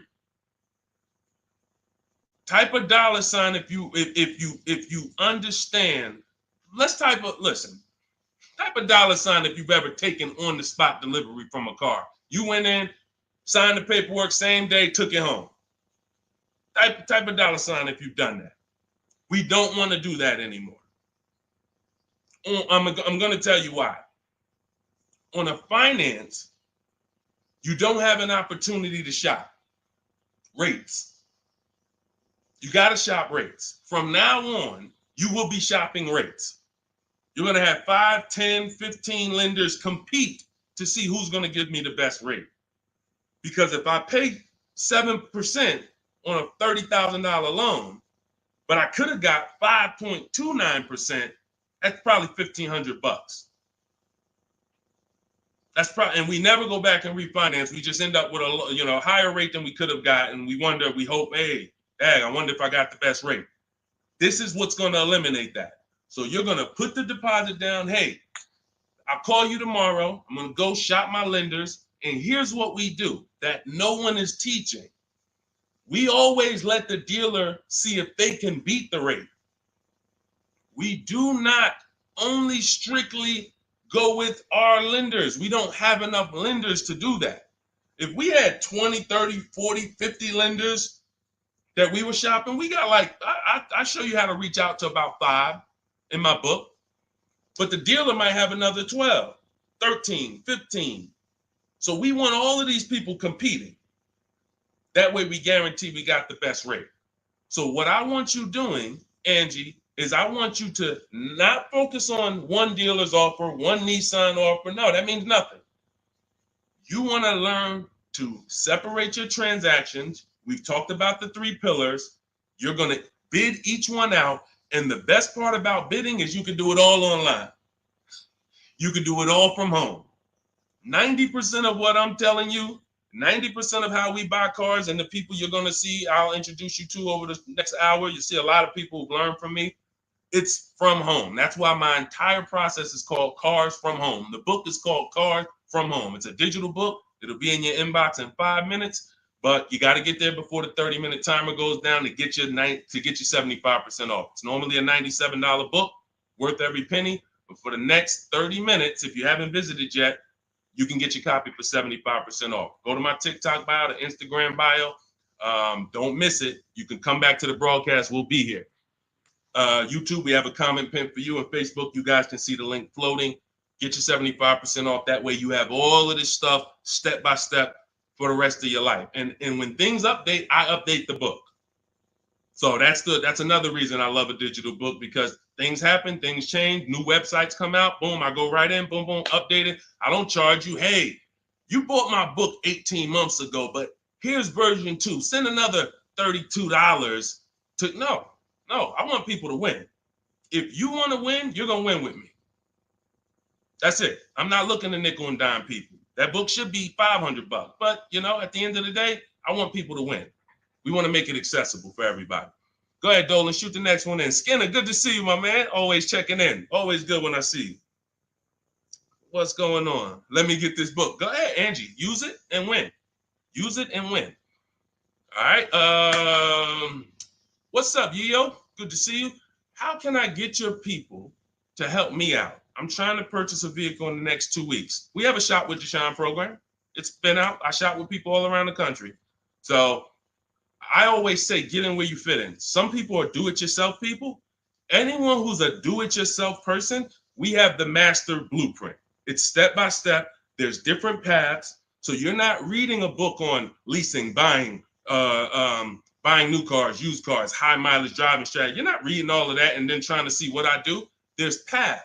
I basically have it like the warp zone. If y'all ever played Mario, if you're on a lease path, I have links in the book to keep you on the lease path. You're not reading used car stuff if you're leasing. It's going to confuse you. So, but that's do it yourself. That's the blueprint. Some people are like, okay, I want to do it with you, Deshone. Can we work together? How can? Yeah, we have that too. And we have to. So I put the information out. There's no excuse. There's no excuse for you 2 years from now being on my live and saying, hey, I'm still trying to figure out the car buying process. There's no excuse. You got a 14-year veteran here who nobody in the industry can control me because I don't work for a dealership. So I tell you everything that I do to buy cars below market value, lease cars below market value.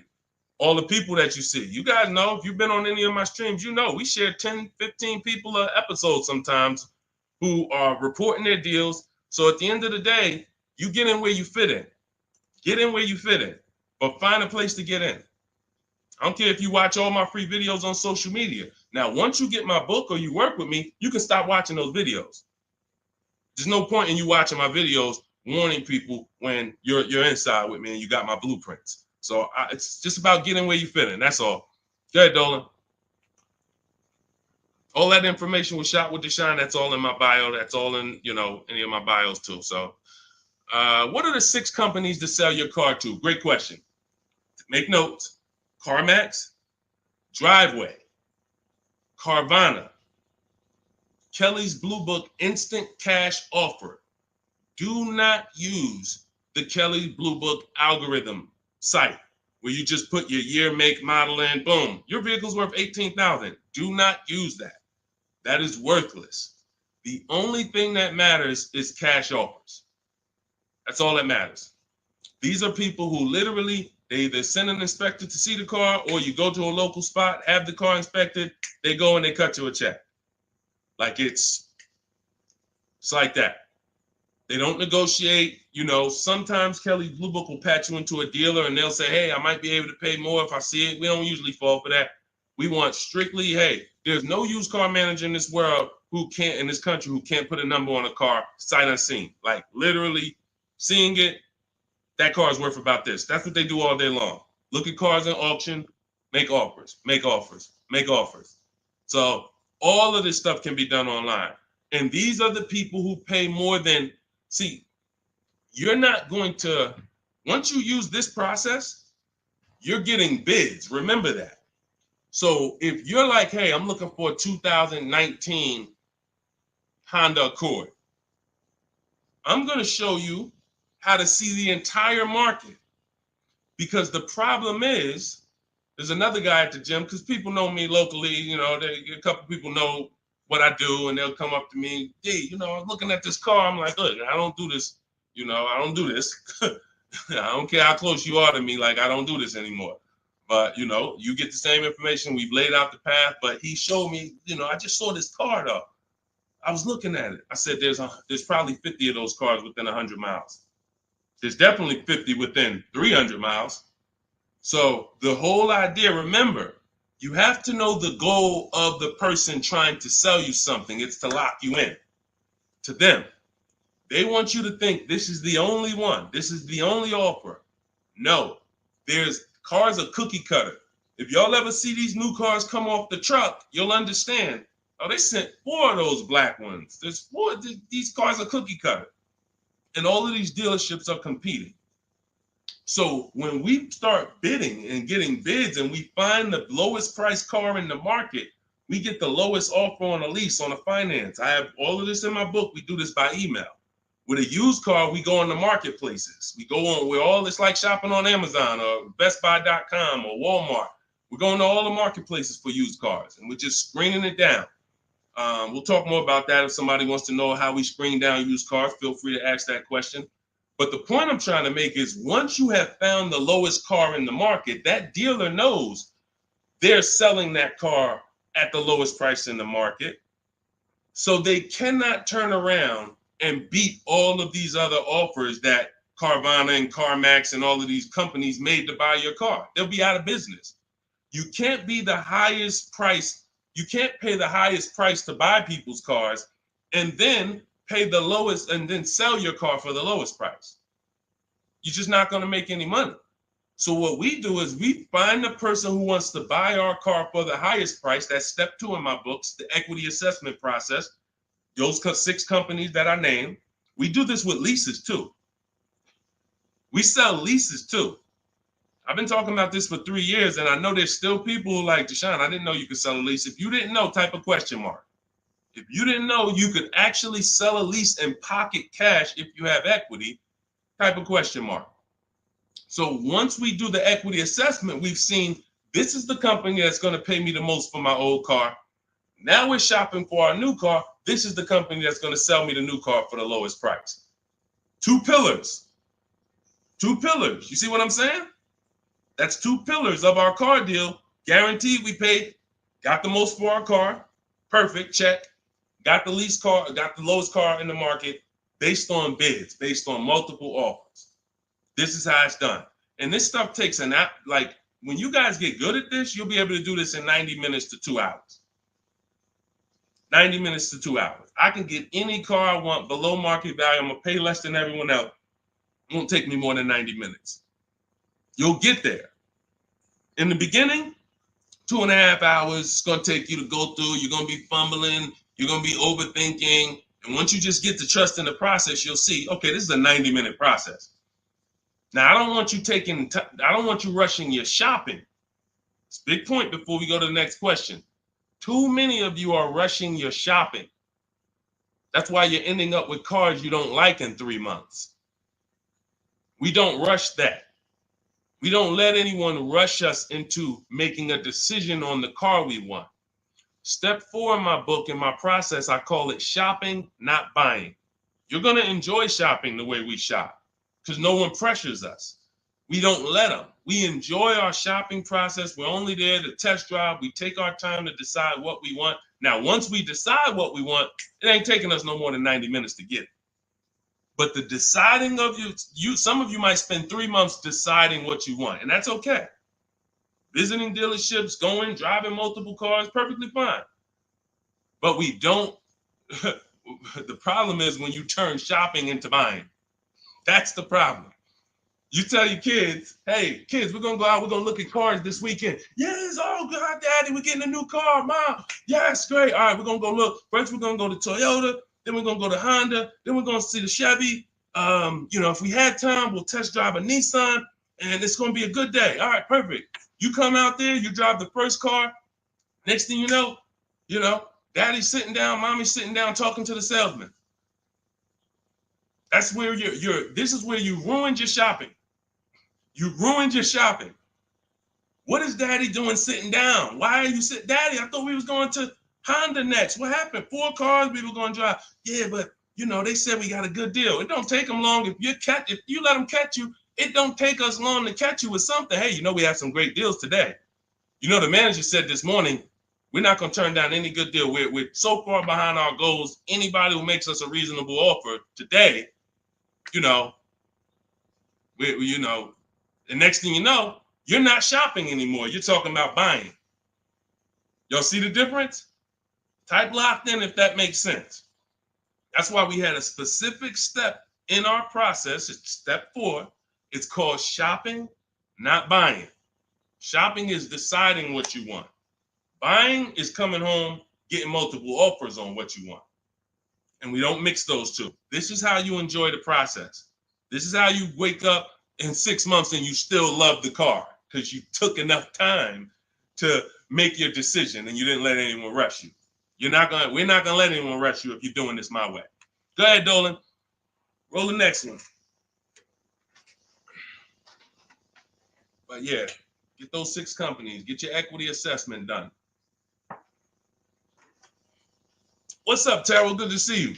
Deshone, I sent out the initial contact template to the dealerships, and a lot of them are trying to get me to come in. That's why we had scripts. Listen, here's what I say to people that I work with. Whether it's most of the time this is people I'm working with in my coaching program here's what I say. I tell you up front, 80% of dealers are overpriced.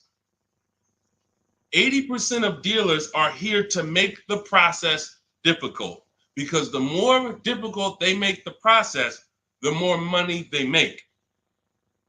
It's very simple. When you get my book, I have email scripts that reply to everything. For example, Terrell, when you open up the script for the initial replies, you'll see when they say, hey, when can you come in? We copy and paste. Actually, I'm going to be doing my entire process online. Do you have a car that I'm interested in? Do you have a match? Every script ends with a question. Whenever you are emailing a dealer, it should always end with a question. Somebody said, how much is the book? It's normally $97. If you go to my TikTok bio before the actual 30-minute timer gets to 0, you can get it for 75% off. So it'll be $24. So everyone who's visited that site already, if that timer started, it's going. So once it gets to 0, the price is $97. That's just our welcome offer for our new people.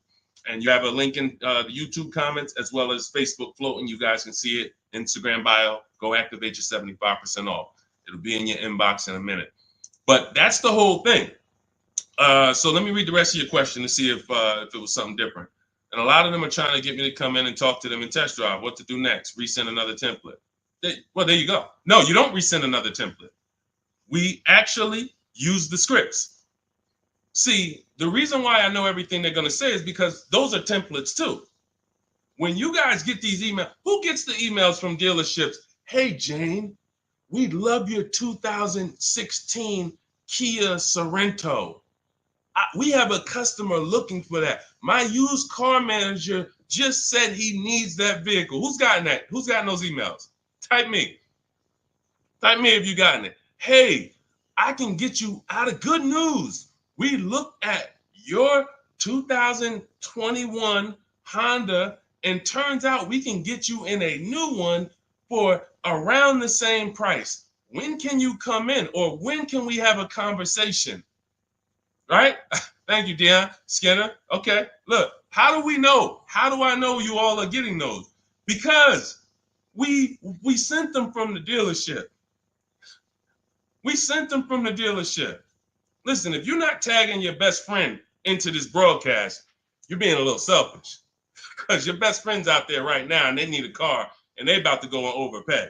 So tag your best friend into this. Hit the share button and share with your best friend. This is what happens. Those are all templates. There's a software we would use, Mastermind, Momentum. What it does is it just searches the whole database and it sends out templates to these people. If we send out 1,000 emails, 100 are going to reply. It's going to lead to this many appointments. Those are all templates. That's not custom stuff. Those letters aren't, oh, they took the time to send me a letter. So it was easy for me to prepare the counter scripts because I know everything they're going to say. When can you come in? Can we have a phone call? You know, it'd be a lot easier. All the stuff is there. That's why there's 3 different sets of scripts in my book. And there's no other book that does this. Quite honestly, there's never been a book that I've seen that actually has links to videos, actually has links to documents with scripts that you copy and paste. That's what I said. When I tell you the book should be $500, it should be. And then it would be, I'm only going to sell it to the people who really, really value their money. And they would. And they'd be like, Deshone, this was an expensive book, but I tell you what, this book saved me more money than probably any book I ever bought. But again, that's not God's plan. God said, listen, make it affordable, son. The people who are going to get it, they don't have no excuse. They have no excuse now. If the book was $500, you could, man, I really would get the book, but I don't want to lose $500. Book's $24 if you get there before the timer. So the point is, Terrell, use the scripts, follow the process, realize it's a new process for you, but everything's accounted for. Everything in the process is accounted for. Just use your scripts. Everything they say, copy and paste, and keep the conversation moving on your terms. And don't try to turn an 80% dealer to a 20% dealer. They're not going to be that. They're doing what they're supposed to do. Let them eliminate themselves. Usually, if a dealer's going to make it hard, there's a reason. God, we use a strategy for leases and new cars called the 25 to 5. We connect with 25 dealers online in 20 minutes. Then we send this initial contact template that Terrell sent. That's going to give us 25 dealers' inventories we're shopping from. So we never have to worry about, hey, you know, I don't really have that car, but maybe I could get it. You're shopping with one dealer, you're shopping from one inventory. Whatever they got, that's all we got. No, we're shopping from 25 dealers' inventory. So now out of the 25, we're looking to get 5 to 7 quotes, 5 to 7 offers. You're going to see they're going to be $150 a month to $200 a month apart, minimum. That's just how it is. And that's when you prove to yourself, holy crap, I see how different these dealers are. It's not close. It's not like, hey, I got 5 offers. This one was $605. This one was $590. This one was $580. This one was $570. Heck no. This one was $620. This one was $550. This one was $475. This one was $450. That's how far apart they are.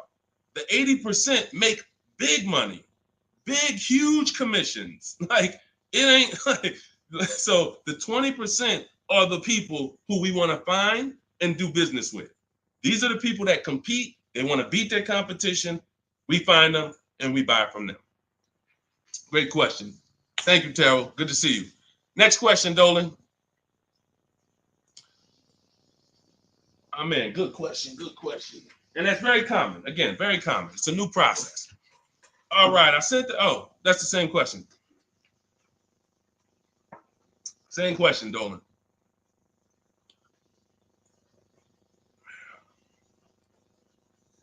What's up, Jaden? Buying my first used car this year. All right, putting $10,000 down with fair credit and a trade in worth $1,000. How do I maximize for the best car possible?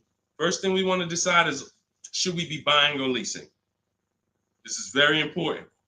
Now, I know many of you were taught on here, never lease a car. That advice is costing you thousands and thousands of dollars. And we'll go deep on that because I can't make a statement like that without going deep on this. But let me ask you, Jaden, do you have good credit, fair credit, not so good? You know, nobody knows you, so it's not like, you know. But I need to know this to properly answer the question, because some people, you know, they want to put a lot of cash into the transaction because they don't really have any credit. Let me know. I'm looking for your comment. Listen, you got to stay close to your keyboard. All of you who are asking questions, I want you to stay close to the keyboard. Dolan's pulling the questions in, and, you know, I want you to stay close, because I might ask you a follow-up question that I need to actually, you know, be able to answer it. So let me just assume. All right, let's just assume you have fair credit. Hang on one second. Let's assume you have fair credit. All right. Hang on. Okay. So let me tell you an outcome that's very common. And you could decide, this is all of you who have a child who's going to be getting a car, or you're going to be getting your first car. Like, listen up to this.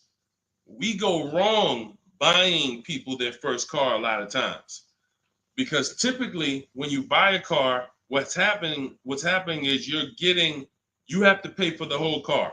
Some of you know every $5,000 on a car loan is about $100 per month. So when you look at and lock that into your head, every $5,000 is about $100 per month. So when you see a $5,000 car, $10,000 car, you should think $200 a month. When you see $15,000, you should think $300 a month. These are safe parameters for you to make sure you're not overcharged. You have to be able to understand a $50,000 car isn't going to be $500 a month to buy. It's going to start out around $1,000. So we need to know these things, because you can manipulate loans to make payments lower, and that's how you end up in a 9-year loan, because you went in saying, hey, could you get that car to 700? That car's nowhere near 700 with a good loan. 5 years, 6 years is the longest we go. I have a rule in my book called the Rule of 72 and the 10th birthday. 72 months is the max loan we take, and the car should be paid off by its 10th birthday to avoid problems. So by the time a car turns 11, car should be paid off, so that way you could actually put money to the side for maintenance. These are all boundaries that we haven't had, that if you follow them, you're going to have a lot better experiences. So if you don't have the credit to lease, then I would say, okay, get yourself an inexpensive car, try to get a small loan. You know what? The first question is, how many years are you going to keep the next car? That's the first question. That is the first question. When you open up my book, the first question, if you and I were talking on the phone, Jaden, the first question I would ask you before credit, before anything, Jaden, how many years are you going to keep the car? Now, if you say to me, Deshone, I'm definitely keeping the car 9-10 years. I don't need a car every couple years at all. I'll keep a car a decade. Perfect. Forget about leasing. In my book, first step is, how many years are you keeping the next car? I want y'all to answer that. Everyone who's shopping, everyone who will be shopping, you're shopping now, or you're going to be shopping soon in the next 6 months, a year. I want you to answer the question. How many years are you keeping the next car? Guaranteed. Guaranteed. Because everything else comes after that. When you're going to keep it 8-9 years, I'm going to show you the steps you need to make sure you get a car that will last 8-9 years. Plenty of people say, oh, I wanted to keep the car a long time, but you didn't take the steps to make sure you got a car that would last that long. So everything comes from this question first. How many years are you keeping the next car? So now, Jaden, let's say you say to me 8-9 years. Perfect. So now what we're going to do, we're going to the purchase path. Not thinking about leasing. New car, used car, based on budget. Based on budget. Now you said you have a trade-in worth $1,000. I'm guessing it's an older car, so you can still put it through the equity assessment. But if you're saying it's worth $1,000, who told you that? See what I'm saying? See, the highest offer for your car is what it's worth. I want y'all to get into the habit of getting offers so that you know exactly what your car is worth, not letting one person tell you what your car is worth. So now let's just say, for example, your car is worth $1,000. Now we're looking at, well, do we get a new car or pre-owned car? And if we get a pre-owned car, here's how we determine new car versus pre-owned car. Budget is one. Now let's say you could afford both. I could afford a new, I could afford a new pre-owned. Which one? Well, it's based on values.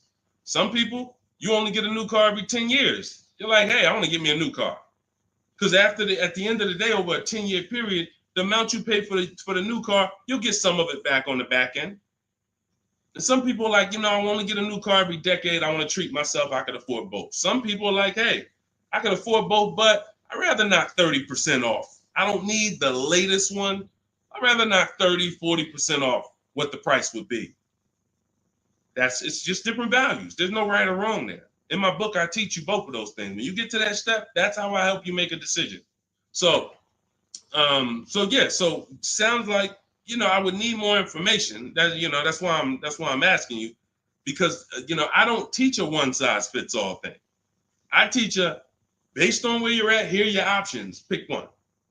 Now, when it comes to buying versus leasing, oh yeah, one size fits all. Anybody on here who is not keeping their cars 8 years and you're buying them, you're losing thousands of dollars. You're just losing thousands of dollars. You can't compare. Like, look at somebody like Safrina. I use Safrina's deal. Oh, that's Teddy. Look at Teddy. That's a luxury car. Let's take a luxury car. Teddy got a $73,000 BMW. $73,000 BMW. He's paying $856 a month. He's not keeping it 8 years. He knows the 8-year rule. He said, okay, if I'm not keeping my cars 8 years, I'm gonna shop for a below market lease. He uses our bidding system. He gets multiple offers. He said the highest offer during the process was $1,123 a month. That was his highest offer. He's paying $856. When I tell y'all, if you don't have a system to reveal the 80% dealers who are overcharging people, you're buying from one of them. You're buying from one of them. They do business. It's not like these guys are going out of business. You're buying from one of them.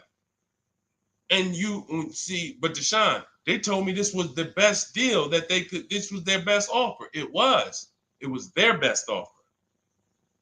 It wasn't their competition 20 miles away's best offer. It wasn't that small dealer that's 45 minutes away that doesn't get the traffic that this city dealer gets, that once they see your information and they say, wait, hold on, we don't get the opportunities they get where they could just charge people and then they keep coming back. We only see, 3 people a day sometime. Boom, okay. Listen, we're gonna beat their we're gonna beat them, and we're gonna have our license plate in their market. This is what you can't see that when you're in a dealership trying to make a deal, negotiate with them. So this is what you prove to yourself. The 80% dealers charge tons of money before, and they won't go below a certain price. They might take off $3,000. I ain't going no lower. That's it. You don't want the car? Next. See you later. Listen, sorry, I'm not selling a car for less than that. They have a minimum threshold, a maximum amount. We ain't taking less than this for our car. Their competition, they'll go 3,000 less than that. Got to get them. So now let's go back to the leasing versus buying scene. When you look at this and you look at Teddy, you can see, can you take that comment down, Dolan? Matter of fact, I got it. Look at Teddy. So $829 a month, he's paying $856. Now, $73,000 vehicle, that vehicle on a 5-year loan, every $5,000 is about $100 a month. That vehicle should cost $1,500 a month. Even if he got a huge discount, let's say he got 15 grand off. Somehow, magically, he got a ridiculous discount. Instead of 73, he pays 60. $1,200 a month, 5 years. $1,200 he's paying $856. No money down. We don't, and whenever we shop, what you're going to learn as you listen to me and you shop the way I'm telling you to shop, everything we shop is no money down. We might put money down later, but we only put money down after we guarantee we got the best deal. All right. Let me echo that. You only put money down after you guarantee you got the best deal. What does that mean? You paid the best price for the car. You found the dealer that's going to sell you the car for the lowest price. You found the bank that's going to get you the lowest money. You did this from home using online tools. If you're doing it manually, you call around. I don't care if you call around. It's harder than my way because, but you want to call around and try to get multiple offers from dealers. The point is, once you find the best offer, now we can put money down if I want to lower my payment. But what dealers try to get you to do, especially the 80% and the people you're used to dealing with, they want you to put money down to get to a payment you'll take the car for. Big difference. Hey, how much is this car? Hey, it's $1,100 a month. Yeah, I can't afford that. How much money can you put down? How much money can you put down? Man, I could probably put down like 15, but can you get me to like 700? Now you're trying to buy your deal. You're not focused on the interest rate. You're not focused on the price of the car. Is he even selling me this car lower than what I could get on the market? You're trying to buy your deal, which is why the 80% dealers, here's what the 80% dealers make tons of money doing, making you think you want. And all I want you to understand is this is simple, easy. That's hard. Once you step in, start doing this like Teddy, once you start doing this like Danielle, look, like Ansley, look, like Jen, all of these people get below market deals from home. Once you start doing it like this, you'll realize this is the easy way. At home, at work, man, I just bought a car. How you buy a car? I ain't even see you spending all this time in dealerships. Look at all these offers in my email. Look, this offer, this offer, this offer, this offer. Yep, just the one. I just locked it up, saving me $7,000. You'll never go back. You'll never go back to the old way. You have to learn cars from home. All the money is over. All the overspending happens inside dealerships, which is why we never do it. Go ahead, Dolan.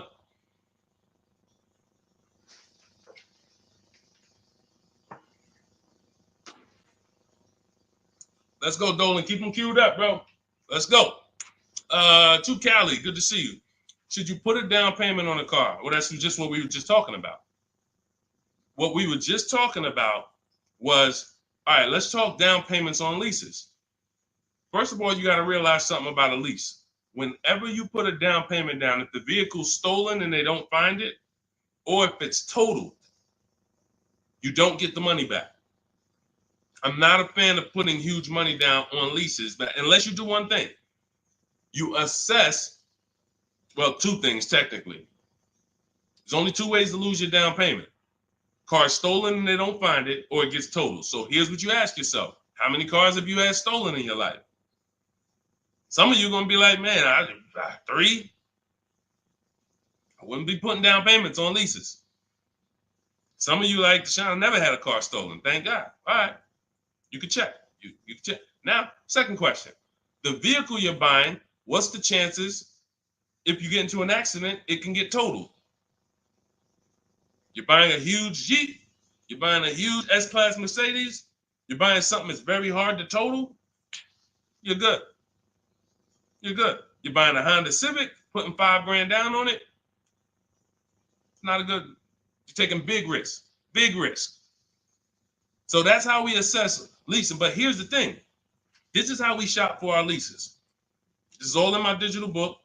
We shop for our leases with only first month's payment down. That's really no down payment because when you lease, you give them your first payment, then you drive off. And when so that's how you do it.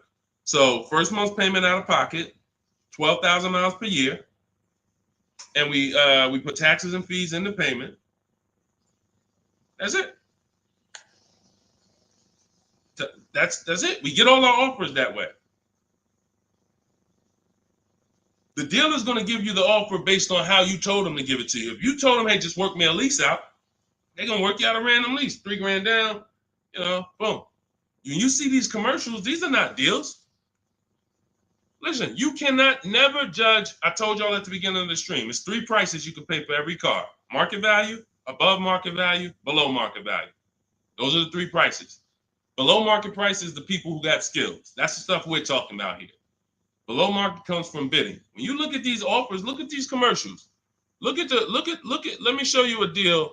Look, Ansley just got a 2024 Infiniti QX Lux. MSRP is $58,000, $58,490 to be exact.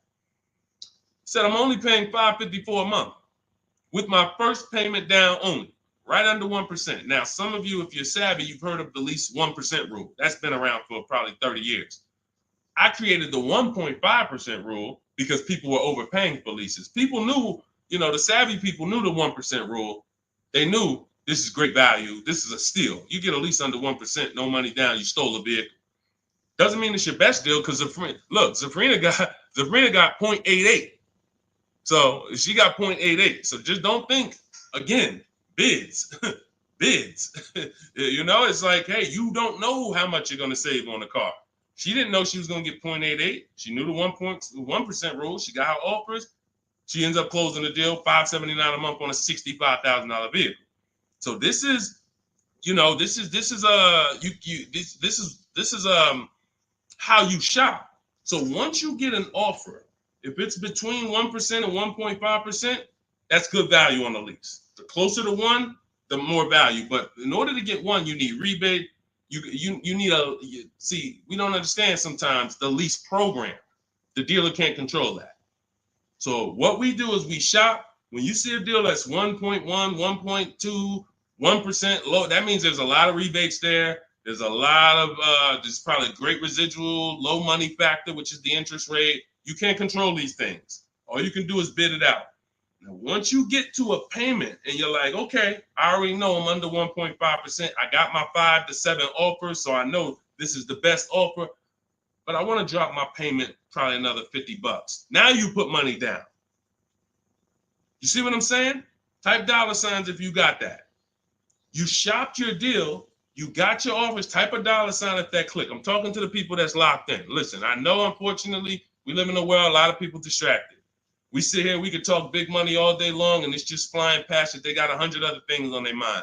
But the people who locked in, type a $sign if you understand that. When you shop for offers, when you look at your lease offers, the way I just told you we shop for them, now we get the offers, we say, all right, boom. This is the best one out of 5 to 7 dealers I got. Let me now lower my payment. First of all, if you can afford that payment, just take the deal. Much better, put no money into the deal. That way, if God forbid it's total, boom, I come back, I do it again, ain't no problem. I didn't put no money into the car. But if you look and say, I want to lower my payment like $100 a month. First thing you do is assess what I told you a couple minutes ago. How many cars have I had stolen? The lower, the better. If it's one time, okay, chances of this car getting stolen, slim to none. All right, how easy is this car to total? Now, it's a big vehicle. Like, I'd have to get into a pretty bad once-in-a-lifetime accident for it to be totaled. Perfect. All right, you can throw $2,000 down. You can throw $3,000 down to lower the payment more. That's how you use down payment money. You never use down payment money to buy your deal. You must have the deal before you apply the down payment. You must have the lowest interest rate before you get the down payment. You must have the dealer who's selling you that car lower than anyone else before you apply the money down. That's when you know you have a deal and your down payment isn't being taken and used as profit. Anybody else, down payment's being used as profit. It's just padding the deal. Give us more money to work with. How much could you put down? 6? All right, let me go work this out. And they're just around moving money around. They're moving, you're buying a car from them, you're getting your loan from them, and you're giving them $6,000 to work with. They have all this money to work with. That's a dream customer. And if this is you, I don't want you to feel bad. I only want you to feel, because no one told you this until now. I only want you to feel bad if you keep repeating it, because you got no one else to blame. Right now, you have the opportunity to change everything and focus on what I'm teaching you. So no one can do this to you. But the dream customer comes in, got a car to trade, wants to buy a car, needs a loan, How much could you put down? I'd probably put down like 3,000. That's 4 things you just gave him to work with. I got money in your loan I can move around. I got money in your old car that you want to sell to me, trade. All right, I could use that. Got some margin there. Then in the car you want to buy, I got some margin there. Then I got your down payment money that I got margin. I'm just about to let me manipulate a couple things and here. That's what we don't want to do. All right? That's why we separate the transactions. This stream, if you get the 3 pillars of great car deals, separating your transactions, bidding them out, this can never happen to you. None of this stuff could ever happen to you. Okay? Everything we're going over is in my new digital book. It's called Cars from Home, 7 Steps to Saving Time, Money, and Avoiding Dealerships. This teaches everything step by step, how to get below market leases, below market purchases, new cars, used cars, high mileage driving strategies. Some of you who are driving over 18,000 miles a year, you can't do some of this stuff is not, you need custom advice. See, again, I don't do one size fits all. You can't be an 18,000, 20,000, 30,000 mile a year driver and think you can actually use the same loan structures and all of that as a normal person. You're depreciating your car faster than them. So all of this is in my blueprint. It's in my new book. Get your copy for 75% off in my TikTok bio, in my Instagram bio, or we have a link in the comments for you on YouTube, and we have a floating link on Facebook for you guys. But if that timer hits 0, it's $97. And if I'm you, if I miss the 75% offer, I'm getting the book, knowing what I know. And there's people who have the book, they'll be like, hey, look, I don't care if you missed it. You need to get the book. It's $97, worth every penny. So I want you to have everything I teach. It'll be in your inbox in literally a couple minutes. It's a digital book. And as soon as you get it, you're going to see a thank you page, and it says screenshot this page. Very important, because on that page is the link to open the book. Then I email you a copy. Also on that page is the link to my support team, just in case you type your email wrong. Our system is great. We send out lots of books. It works every time. But if you mistyped your email, then you're not going to see the book. So make sure you have my support team's email. So if you don't see that book in 5-10 minutes, email my team, hey, and they'll get you the book right away. All right. Thank you, Skinner. Yeah, nobody ever broke it down like that. I'm glad. That's what I'm here for. That's what I'm here for. I only want to pay first month's payment, and that's it out of pocket. That's 90% of our people, Skinner. 90% of our people. Hold on, I'm gonna get to Hideout PA. You got the next question. Hold on. But look, 90% of our people, look, India, look, $365 a month, no money down. That's first payment only. Look, Melissa, look, got her hybrid Honda Pilot 2025, $597 a month. She made $12,000 on her equity assessment, sold her car. So $597, I'm trying to see an MSRP, almost 50 grand. So it's a 1.2% lease. Look, nothing out of pocket, first month's payment. Look, Ansley. I gotta go get the rest. I didn't hit see more to get his detail. You see, Ansley got 2 cars. He just got another BMW. Hold on. Look. Milligan. Everybody, we pretty much, look, zero is signing. Melissa. This is what we do. There's nobody who's better at this than we are. Listen, if I had the time and we did one stream where we just sat here for an hour, I could show you 100+ people. Boom, boom, boom. Well, I just show a dozen because I'm not going to spend too many. Look, if you don't get it from 10 people, you're not going to get it from 100. You know, if 10 people just like you who are showing their deals, paying less than you, don't persuade you, 100 wouldn't. But the point is, everybody shops with no money down. Because when you shop with no money down from now on, you will see it's easier because you can't confuse me. You can't confuse me when I'm shopping with no money down. You got to be great at math, which I love math. So, I mean, I love math. But you have to be great at math to put 3, 4, 5,000 down and be able to see where the money's actually going. So the best thing to do is compare. I could get this car, no money down. I could lease this car, no money down. What's my payment? And then you'll be able to see it. Dealers can't manipulate you. So definitely, that's all we do is no money down shopping. Go ahead, Dolan. You can put that one up. You can put that question up. I want to get to that. Hideout PA. In a 2-year lease, 2024 Jeep Hybrid, $1,500 down, $499, $10K a month. Good deal. You have nothing to compare it to. You have nothing to compare it to. And this is what I don't like. Listen, I'm not the one who tells people you got a bad deal. The only time I would tell somebody they got a bad deal is if they broke the 1.5% rule. So if you take no money down and you divide your monthly payment into the MSRP, if you were over 1.5%, there's no value in leasing that vehicle. You're paying too much for a car you're giving back in a couple months. So, hold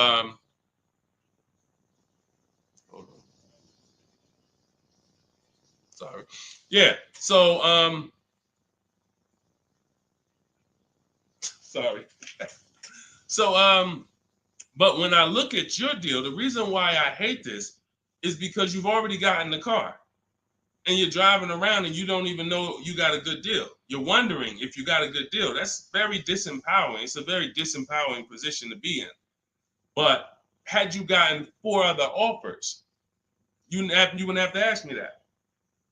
And what I want you to do is change that, because frankly, I would bet $1,000 that if I said to you, you think I can find that car for less than what you paid?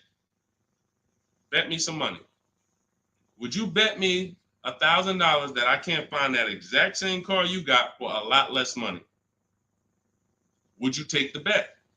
You'd probably be like, nah, I don't want to take that bet. I don't want that for you.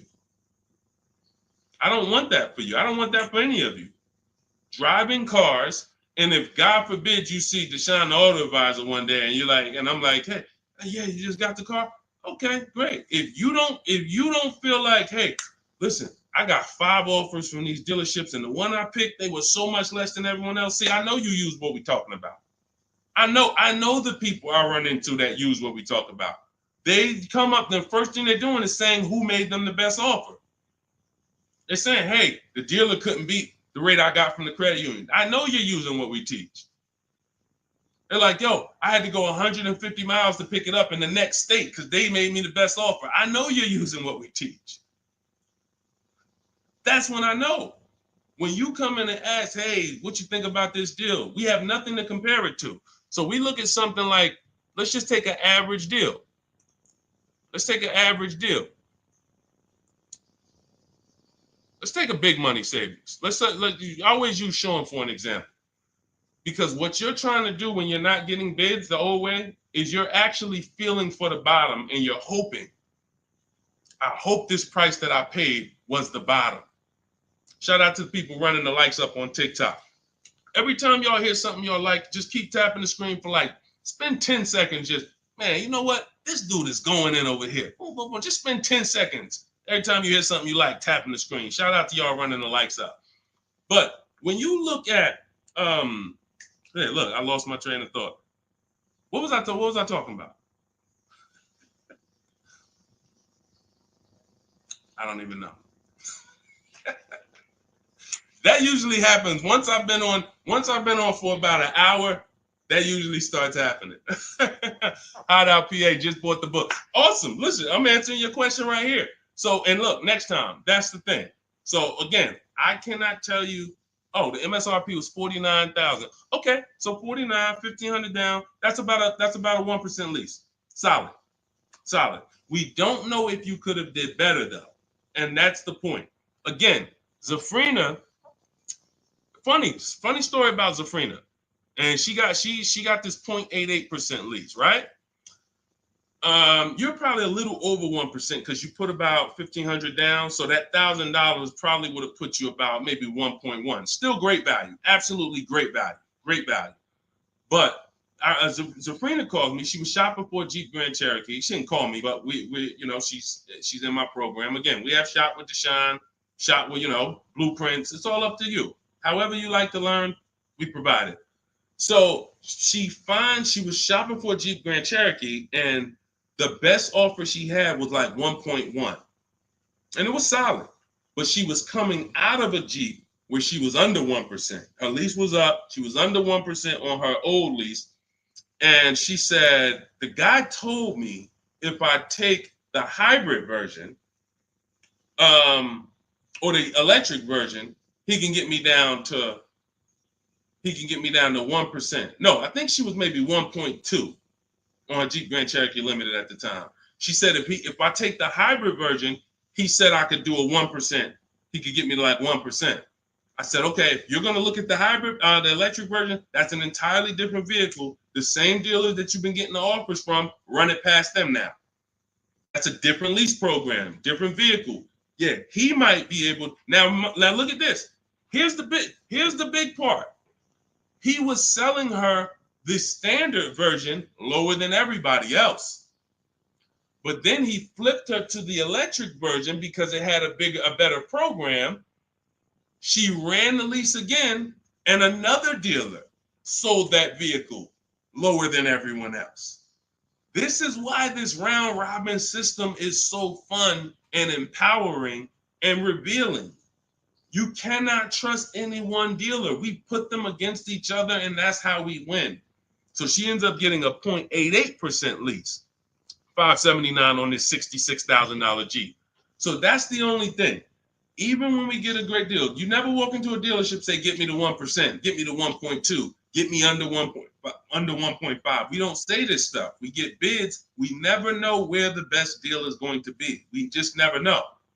That's why we get bids. So everything we are learning is in my new digital book. Those of you who spent the last hour, 10 minutes with us, you're like, Deshone, I got it. I took a lot of notes. Perfect. But those of you who like Deshone, there's no way I'm going to remember all of this stuff. I want the whole step-by-step blueprint. That is Cars from Home, my new digital book. It's called 7 Steps to Saving Time, Money, and Avoiding Dealerships. You're going to learn how to get below-market car deals on leases, new cars, and used cars, and without spending more than 30 minutes in a car dealership. You'll be doing this from home.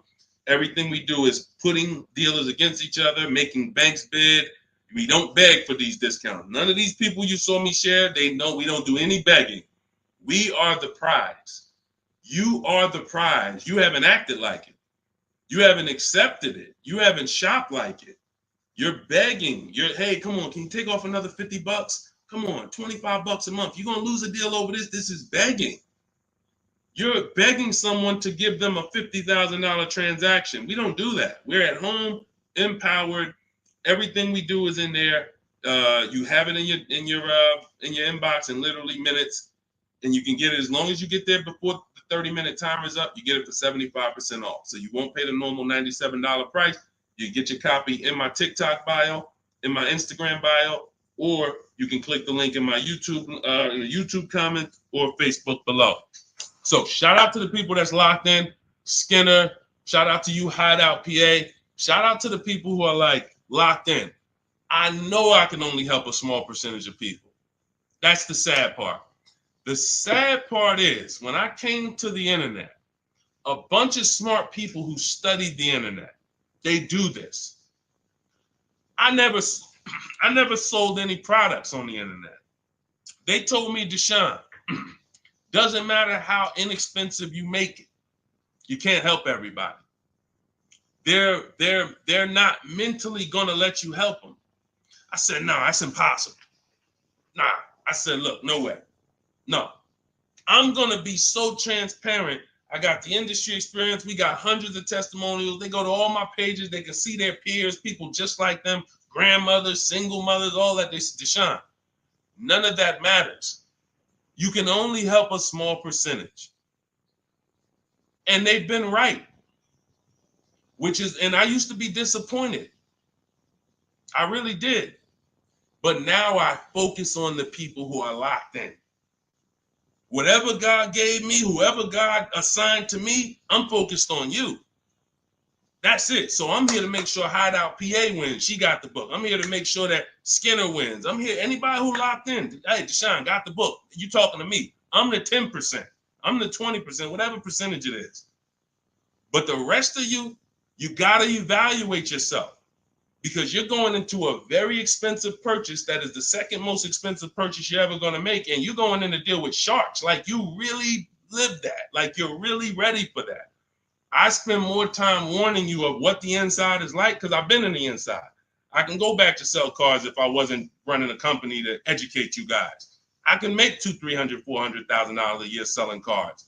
This is not hard for me, but I know what it's like. I know who sits next to me. I know it's people who, when you sit down next to them, your head's coming off and you're going to leave with a smile. It's an art. It's a science to making a customer leave with a smile. We got people who pay $200 more per month than they could have got, but they leave smiling. Don't let them run into their neighbor, though, that's got the same car and got a better deal. $200 less. Wait, you got the same car? What happened? They knew something you didn't know.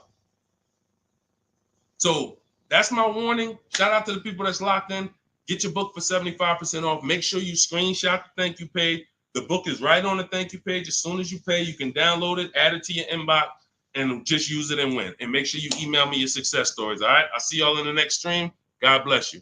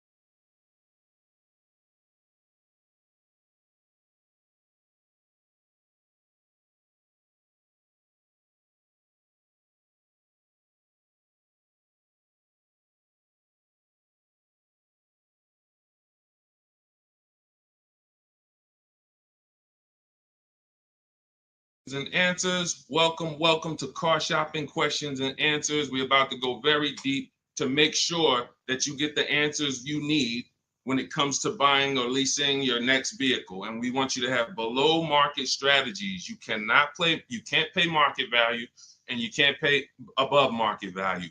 The goal when you are purchasing or leasing a car is to get a below market deal. That's the only deal. If you pay market value, you're paying what everyone else paid. It's not a deal.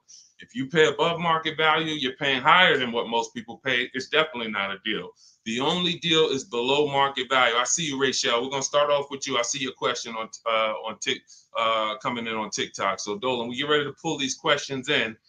As you guys start typing your questions, we're gonna have Dolan pull them into the show so you can start typing.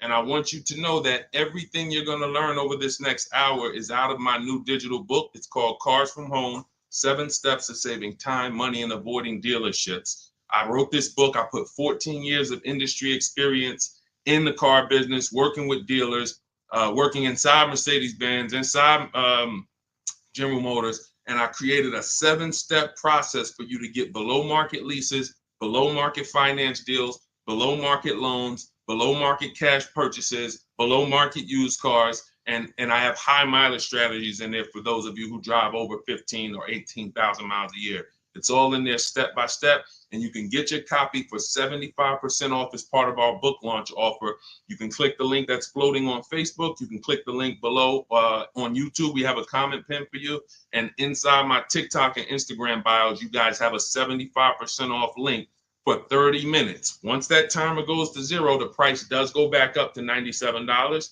It's still worth it at $97, but I'd rather you save the 75% off the total price so you have even more value. So get your copy immediately. Don't let it go down to 0 before you get your copy, all right?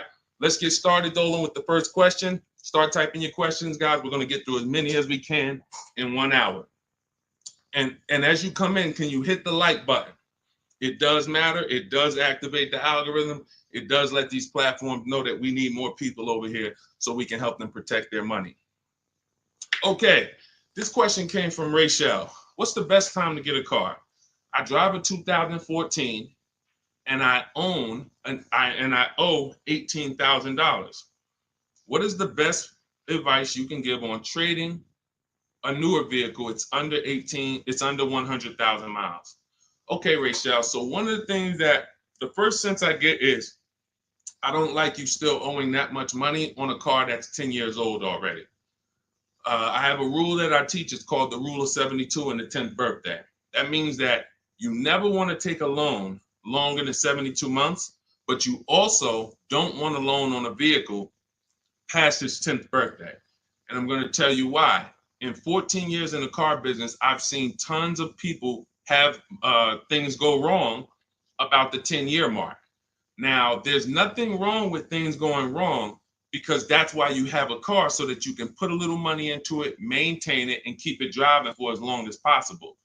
The problem is when you have a loan on that car, now what you're doing is you're repairing the car while you're making, hold on.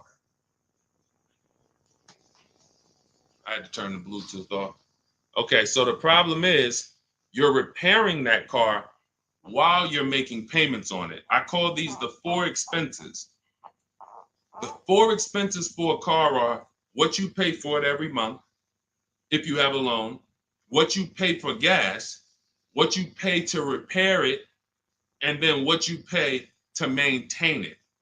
Maintaining is oil changes, brake fluid changes, tire rotations, new tires. These are, replacing brakes. These are maintaining it. Repairing it is if something breaks on the car. And it's that I call that the fourth expense. That's what most people are not ready for. And what I see is if you have a loan past the 10th year, you're getting hit with you're getting hit with all four expenses. And if you've ever seen someone who has a luxury vehicle and they hate it, they usually are buying cars that are too old and taking loans that are too long on them. Because you'll see they hate the vehicle because BMW, you got your BMW, you go drop it off, they tell you, hey, you need brakes, that's maintenance. Then, hey, your navigation system or your electric system is messing up, that's $2,000. And then, you still had to put premium gas in the car, so you could leave out of there, it costs $5,000 in 1 month. And people be like, man, I hate this car. But the car is not the problem. The problem is you took a loan on a car that was too old, and you took a loan that was too long. That's why I created the rule of 72 and the 10th birthday. No loans longer than 72 months, and then your car needs to be paid off by the 10th birthday. Now, what happens if you look at the car you want and you can't afford that payment for 6 years? That means you can't afford that car. That doesn't mean stretch the loan out to 7 years or 8 years so that you can try to afford it. Right now, we could all go and we can look at a $700,000 house. Maybe most of us can't afford the mortgage on that, but if we stretch the mortgage out to 50 years, then maybe we can afford the mortgage on it. Doesn't mean it's a good financial decision. So if you're going to finance again, Rachel, I want you to keep that in mind. When you replace your current car, if you're going into another finance, which I don't recommend if you're not keeping this next car 8 years, because you're going to be in the same position again, you should be going into a below market lease. Then if you're keeping the car long term, then go to another finance and then make sure you're not buying too much car, taking out too many loans on it, and taking out too long of a loan. Use that as an affordability index. If I can't afford this car on a 6-year payment and I can't add up, here's how you do it. You look at the car, ask yourself, how old is it? If it's 6 years old, that means I got to take a 4-year loan. If it's 5 years old, that means I got to take a 5-year loan. It can't be greater than 10. You are taking way too much risk. And you're going to end up in this position where you're looking and you're like, how do I still have a car payment? Things starting to go wrong on this car. I'm nowhere close to paying it off. What did I do wrong? That's what you did wrong. Now, if you want to avoid this altogether and say, all right, what can I do in a different structure? You would be going into a lease. If you're shopping a below market lease, what that's going to do is make sure you can pay a low payment on a brand new car. It's always going to be under warranty, and you just keep doing that. You look like somebody who you're just used to having a car payment anyway. So you want to switch the way you make those car payments and start paying it into new cars versus these 10-year-old cars or 8-year-old cars that you're paying these payments into, and you're not getting much back in terms of return or quality or anything like that. So that's the first thing that I would concern myself with is, Rachel, how many years are you going to keep the next car? If it's 8 or more, then you purchase again. If it's less than 8, then Deshone, talk to me about a lease, because I'm not keeping this car at 8 years. I don't keep any car 8 years. All right? It's a great question. That's where we need to start out. Go ahead, Dolan. Shoot the next one up. Okay, this one is Love and okay, I don't want to even try to pronounce it, but you can see who you are. If I'm upside down, how can I trade or sell without having to pay the difference or getting a higher note? So now you're asking a question that, all right, so this person said if I'm upside down, that means they owe more on the car than it's worth. How can they get out of that car and go into another car without paying the difference or having a higher note? So I'm going to give you the way it's possible, depending on your situation, and realizing that in my book, there is one person, there's two people actually, but really one main person who, it doesn't matter how good your credit is, you're not going home with a new car, because negative equity is, you have too much negative equity.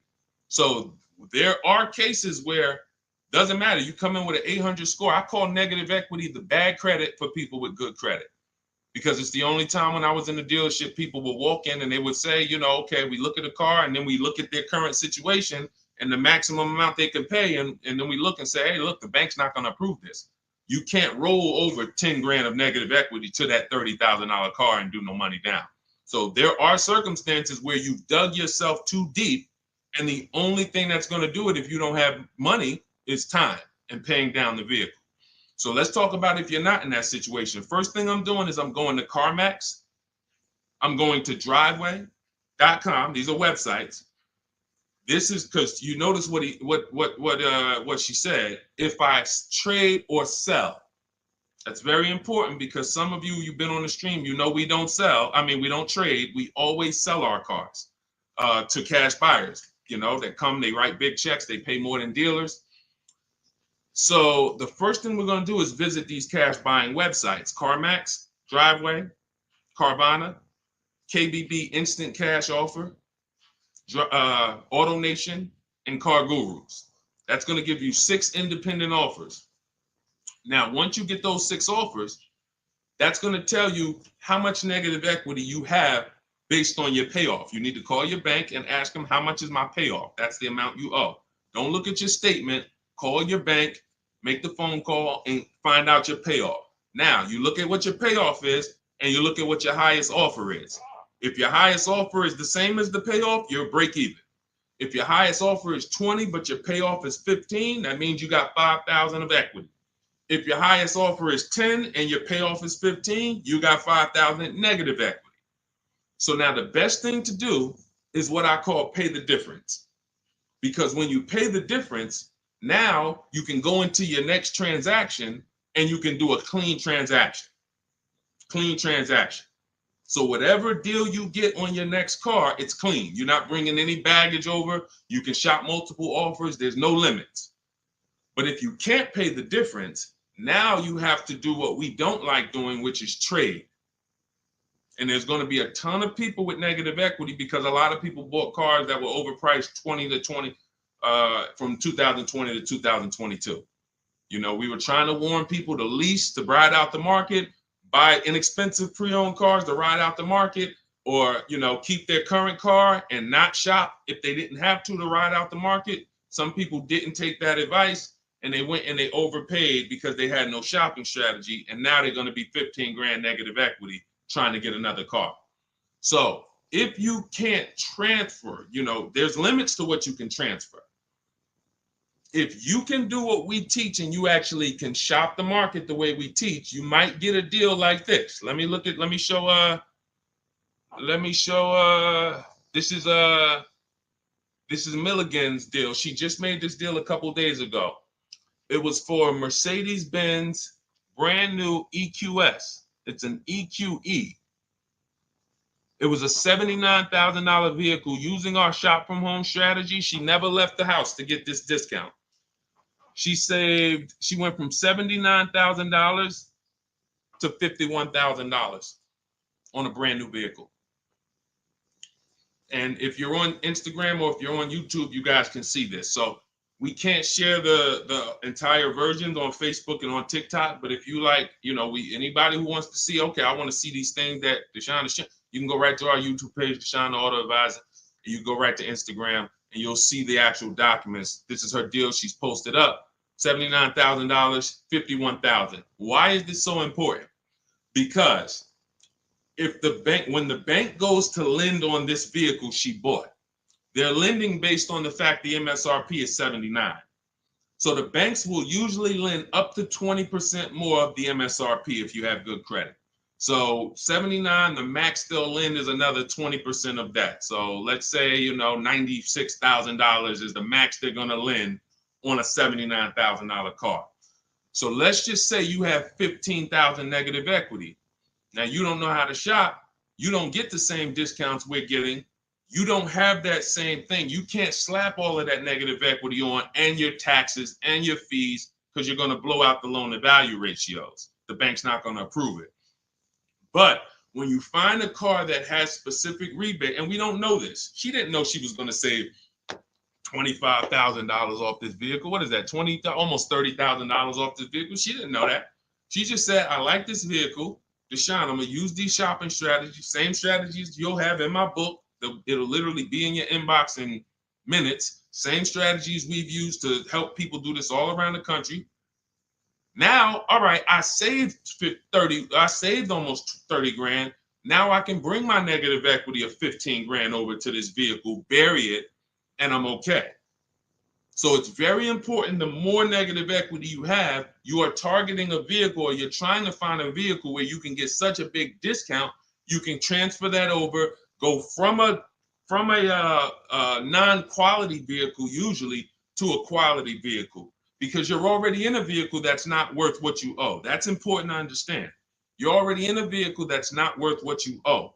The key is to getting that into a vehicle you're going to enjoy, and at least a vehicle that is safe and quality, and preferably you're leasing. Because the great thing about transferring negative equity to a lease is once that lease is up in 3 years or 39 months, the negative equity is gone.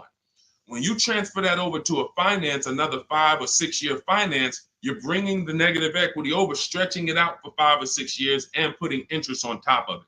That's why I don't ever recommend go from a finance negative equity deal to another finance negative equity deal, because you're usually a short-term person anyway. You should be leasing cars. So this is the strategies for getting out of negative equity. Now you can literally go into a dealer. See, watch this. That's a below market strategy for negative equity. What I just talked to you about is what the people who are actually financially wise do and think about. Now you could say, well, I'm just going to go into the dealer and say, hey, I want to get out of this car. Perfect. They'll transfer you out of that.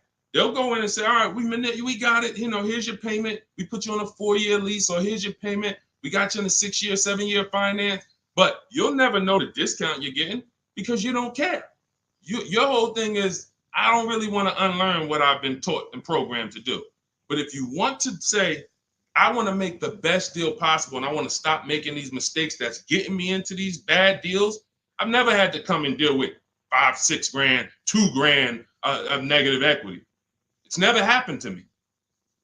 But there are people, you might be one of them, who every deal you make, it's a negative equity situation. It's a negative equity situation. That's because you haven't learned how to structure your deals correctly. And those are the things that I want you to unlearn so that you can have empowered car buying, be making deals you feel great about, posting your numbers just like Milligan did, and saying, hey, check out the deal I made. Not just check out the car I got, check out the deal that I made. Okay? So that's what you need to understand. And if you can't, and that's how you can transfer out of negative equity, whether you have 10 grand negative equity, 5, 15, those are your options. And that's how we work it. All of this, guys, is in my new digital book. If you're enjoying what you're hearing so far, could you hit the like button? Hit the like button if you're just enjoying what you're hearing so far. I see y'all are running the likes up on TikTok. I appreciate it. As y'all keep tapping the screen, every time you're like, man, you know what? This is good information. Just hit the like button, start tapping the screen. It means a lot. And again, it shows these social media platforms that they need to get more people over here. Okay? So go ahead, Dolan, shoot the next question up. Keep typing your questions, y'all. We are going to try to get through as many as we can. I see you, Patrice Darden. I see you, Mr. Living Right. I see you, Letitia Cook. Good to see everybody tapping in. What's up, Mex? I see you, Kiki. We're live on 2 TikTok channels too. We're on 2 TikTok channels today. All right, now Roby asks, what's the fastest way to sell a lease? I'm over by 18,000 in miles and have 19 payments left. Okay, here's what I'm gonna give you. I'm gonna give you, this is, now, who has a lease right now that they're pacing to go over their mileage? They're pacing to go over their mileage. Who has a lease right now? You haven't gone over yet, but you're pacing because you're not over until the end of the lease. If you tell the leasing company you're going to drive 12,000 miles per year, then they want the car back with 36,000 miles on it. If you sign for 15,000 miles per year, then they want the car back with 45,000 miles in 3 years. You do a 20,000 mile a year lease. Some of you might have not known you can do high mileage leases. We talk about that all the time. It's only a couple dollars more when you get below market deals. If you're not keeping cars 8 years, the high mileage leases are some of the best things you could be doing. It's literally pennies on the dot, cents on the dollar compared to purchasing, and we never have negative equity, and we drive as much as we want in these new cars. If you're pacing, once you bring the car back, you could do 10,000 miles your first year, 20,000 miles your second year, 8,000 miles your third year, as long as the total at the end doesn't exceed what you told them you were going to spend, then you would be fine. So you're not over your miles, you're pacing to go over your miles. So here's what I'm going to give you, Nairobi, because this is a very, very complex thing when you don't have calculators. When you don't have tools, it's complex unless you're really good at math. But what I'm going to do is I'm going to put this comment on YouTube and Facebook. Now now in my book, I have calculators that I've invented. This is actual software that people who use my books and who have worked with me since 2021 have gotten to use. These are things that I looked around the industry and I saw things that people needed to know that didn't exist. So we had to actually build them out ourselves. And so that's why when you get my digital book, you have access to like 5 different custom calculators that we made that no one else uses. So one of them is this lease penalty calculator. Now, if you're pacing to go over your miles, here's what you got to understand. If you call a dealership, one of the biggest lies that they're going to tell you is, come on in, I'll take care of the mileage, or I'll take care of the penalties, or we'll get you out of the lease. Who's heard that before? Type me if you've heard that. Type me if you've ever spoken to a dealer, if you said, hey, I'm going over my miles, or hey, I'm thinking about, I want to get out early, and they said to you, no problem, come on in, we'll get you out of that. Don't worry about your old payments. Who's heard that? Who's heard that? Okay, type me. I told y'all, you got to stay by your keyboards when you're on these live streams. This is not, you're not watching somebody play video games where you could just be like, all right, yeah, let me just watch this person. Nah, this is active learning. This is stay by your keyboard because we dialogue with each other. All right, Latesha, I see you. Carol, yes, I see you. Harold Driver, yes, I see you. All right, so here's what happens. Those payments and that penalty that you drove over your miles, they don't get taken care of. They get rolled into your next deal. The only way lease payments disappear is if they have something called a payment waiver. And that's for loyalty in some cases. They don't say, hey, you got a Honda, you're buying a Toyota, we'll waive those old payments. They'll say, we'll take care of them. But what that means and what you need to know and what we know is that means I'm rolling them into your next car. So you're paying for that car in this new car. We don't like to make deals like that because it's baggage. It's baggage. So what we want to do is we want to find out if we're pacing to go over our mileage, does it make more sense for me to get, thank you, Tim. That's actually a good statement. Ain't nothing free. That's a good statement that a lot of people don't understand. When they say, hey, I'm throwing in these floor mats for you. Hey, I'm throwing in key protection. That means there's so much money in the deal that we have to actually, it's something called padding the deal.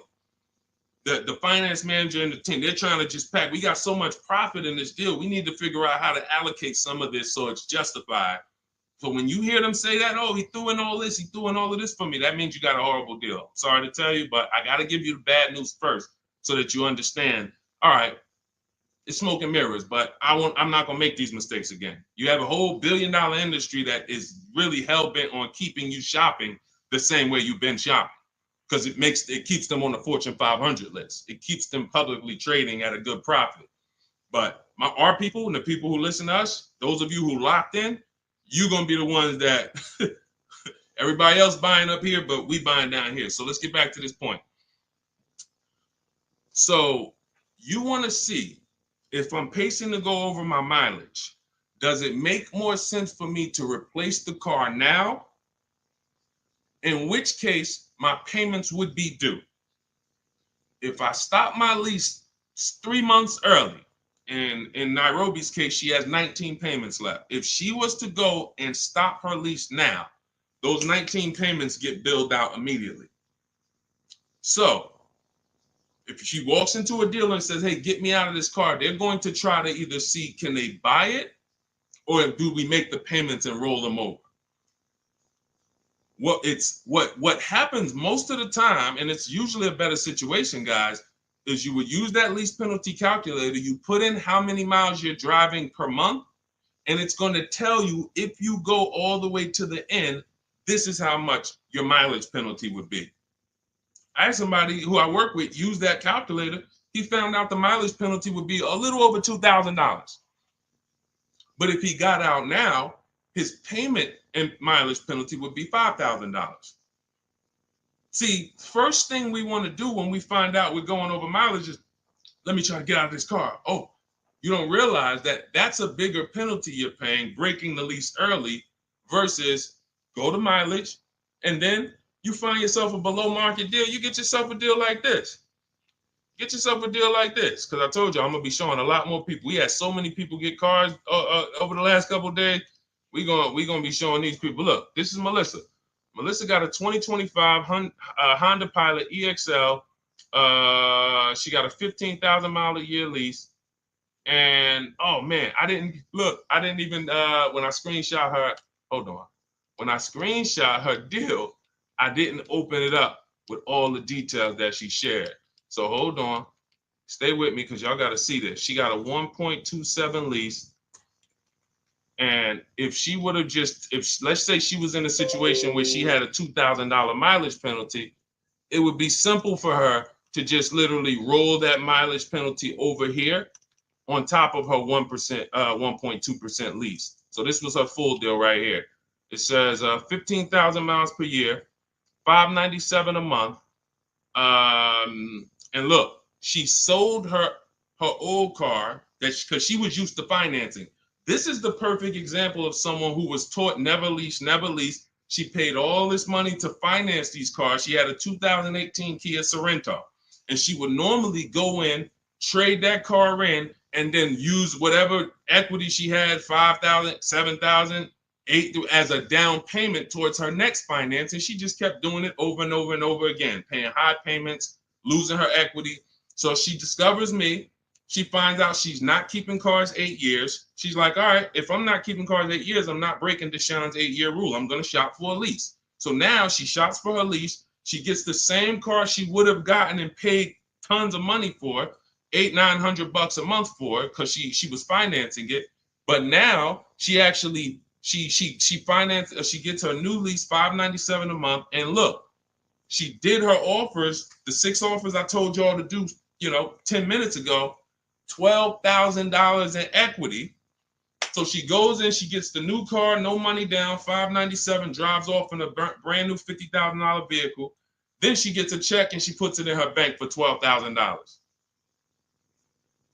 It's the way the money moves. If you understand what I'm saying, if you're starting to, even if you don't get it all, if you're starting to understand type of dollar sign, it's the way the money moves. This is already a woman who likes driving newer cars. It's obvious. She has a 2018. She's going to upgrade it. So she would normally just go trade it in, finance another car, keep it another 5-6 years, trade it in, finance another car. It costs big money to finance these cars. It costs huge money.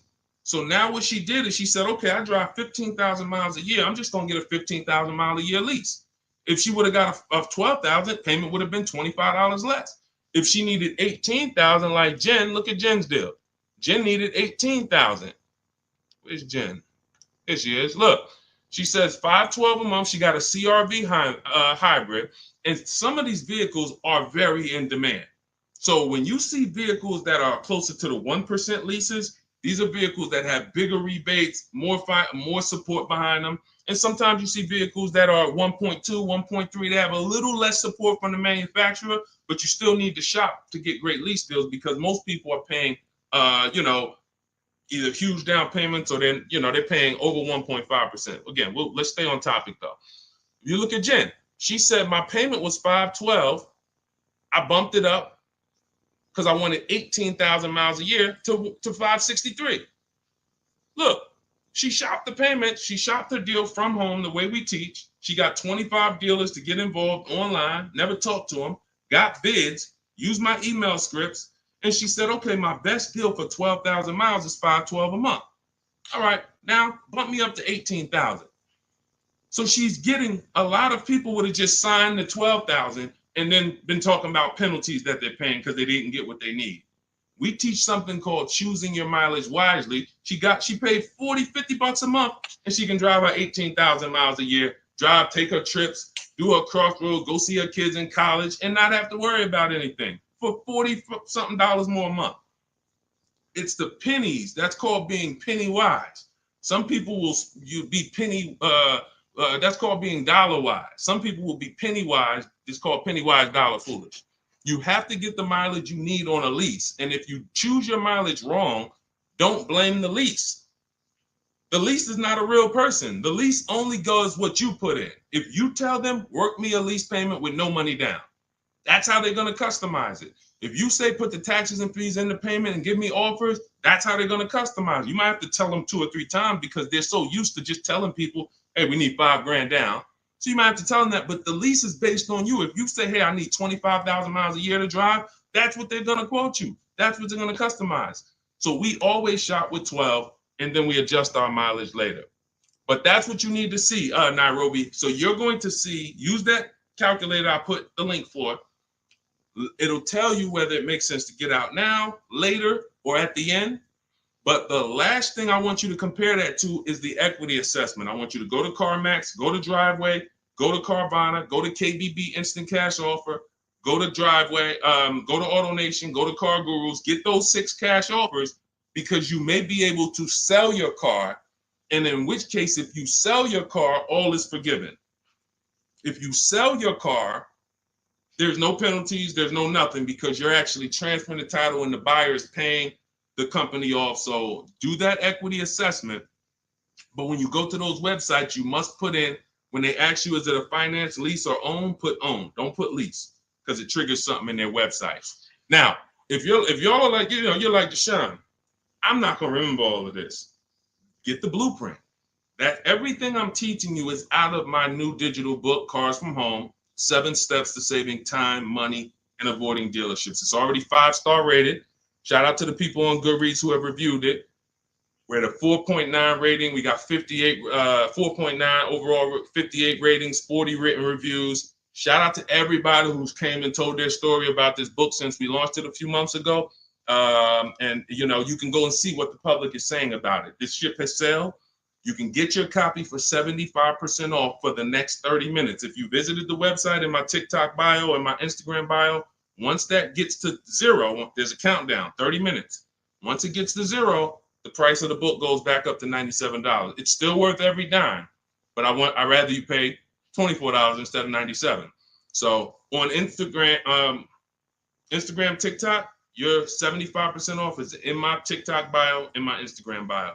Get it before the countdown expires and you'll have the blueprint.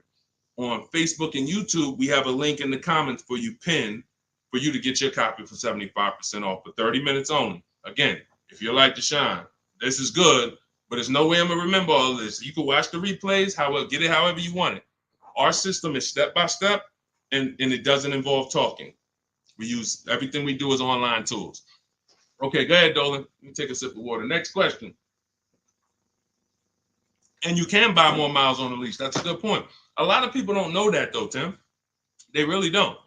You know, they might have signed a bad lease or heard somebody sign a bad lease, and then, you know, usually what signing a bad lease is overpaying for it or not getting the mileage you need, or both. You get them. I've had people who know they're not going to drive 10,000 miles a year, but because it's $40 a month less, or because they don't know, just pay $40 more and get what you need. They'll just take the 10,000. It's a horrible decision, and it leads to a terrible lease experience. All right, this is Teneros. How much should I put down as a down payment? It's a great question. So what you want to do is understand that down payment is nothing but payment management. It is not deal management. You don't want to fool yourself into thinking that because you got a good payment, you got a good deal. That's what down payments typically can do to a person who's not really good with math. You'll say, all right, I need to get my payment to 400. Now you're looking at a car you like, and you're like, I need to get my payment to 400. Now they tell you, okay, well, you end up putting $10,000 down and your payment's 400, and you think, okay, I got a deal. I'm at my payment. You didn't. You are doing one of the cardinal sins that we don't do here at Cars from Home. You're mixing transactions together. What does that mean? Almost everybody who's financially savvy when it comes to cars is going to separate their loan from the purchase price of the car. These two things are unrelated. You shop for the price of the car separate from the monthly payments. Because when you separate, you realize one thing. When most people are giving car dealers 3 transactions and not realizing it, they're buying a car from them. That's one transaction. They're giving their loan to them, or they're letting the dealer get them a loan. That's another transaction. And then they're trading in their car to them. That's a third transaction. So a person looks at it as one. I just made a deal with a dealership. No, you just actually did 3 transactions in one. And what happens, the reason why that's so bad is because you can't bid any of them out. In order to make sure you got a great deal, you need a great deal on each of those 3. The car you need to replace, you need to get the most money for that. The most money comes from bidding it out on the market with the strategies I just said 5 minutes ago with the companies that I just named, the equity assessment process. That's bidding that out. Now, we bid out our loans. Who's going to give us our loan? Who's going to give us the best interest rate? There's plenty of banks that want to compete for our interest rate. Plenty of banks that they don't even sell cars. That should be a clue to you guys of how much money is really in cars, because there's companies who don't sell cars. All they want to do is loan you money to buy a car. That means there's a lot of money in the loan business. So we bid that out. And there's a way we use a strategy. When you get my digital book, you get something called the Bank Bidding War Blueprint. This is how we make banks and credit unions bid for our credit, bid for our loan. We have 20, 30 people bid without affecting our credit negatively. There's a specific way that credit bureaus allow you to do this. It's called rate shopping, where it's within a certain window. But if you're getting pre-approvals with hard credit pulls and then you're going out shopping, you're not going to be able to do this, because you're going to get a hard credit pull here. Then a month later, you go find your car. That pre-approval expires. Now you got to do another hard credit pull. You already hit your credit twice, and you're outside of the rate window. It's just what most people are doing. And that's why when you get a pre-approval, most people become scared to shop now, because they don't want to let anyone else run their credit. So you're limiting yourself. But the Bank Bidding War shows you how to have unlimited people bid for your interest, and we do that after we find our car. But the third transaction is when we're going to buy a car now.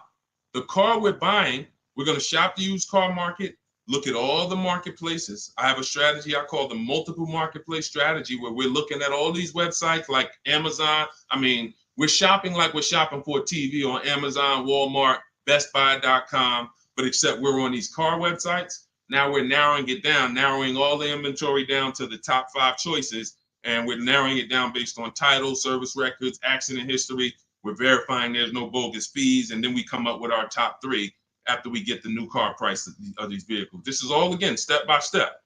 And some of you, you're like, this should be expected. This is what car shopping should be like. Car shopping is not like buying a TV. It's closer to buying a house. So although we do this in 2 hours, if you follow my strategy, you can get deals in 2 hours.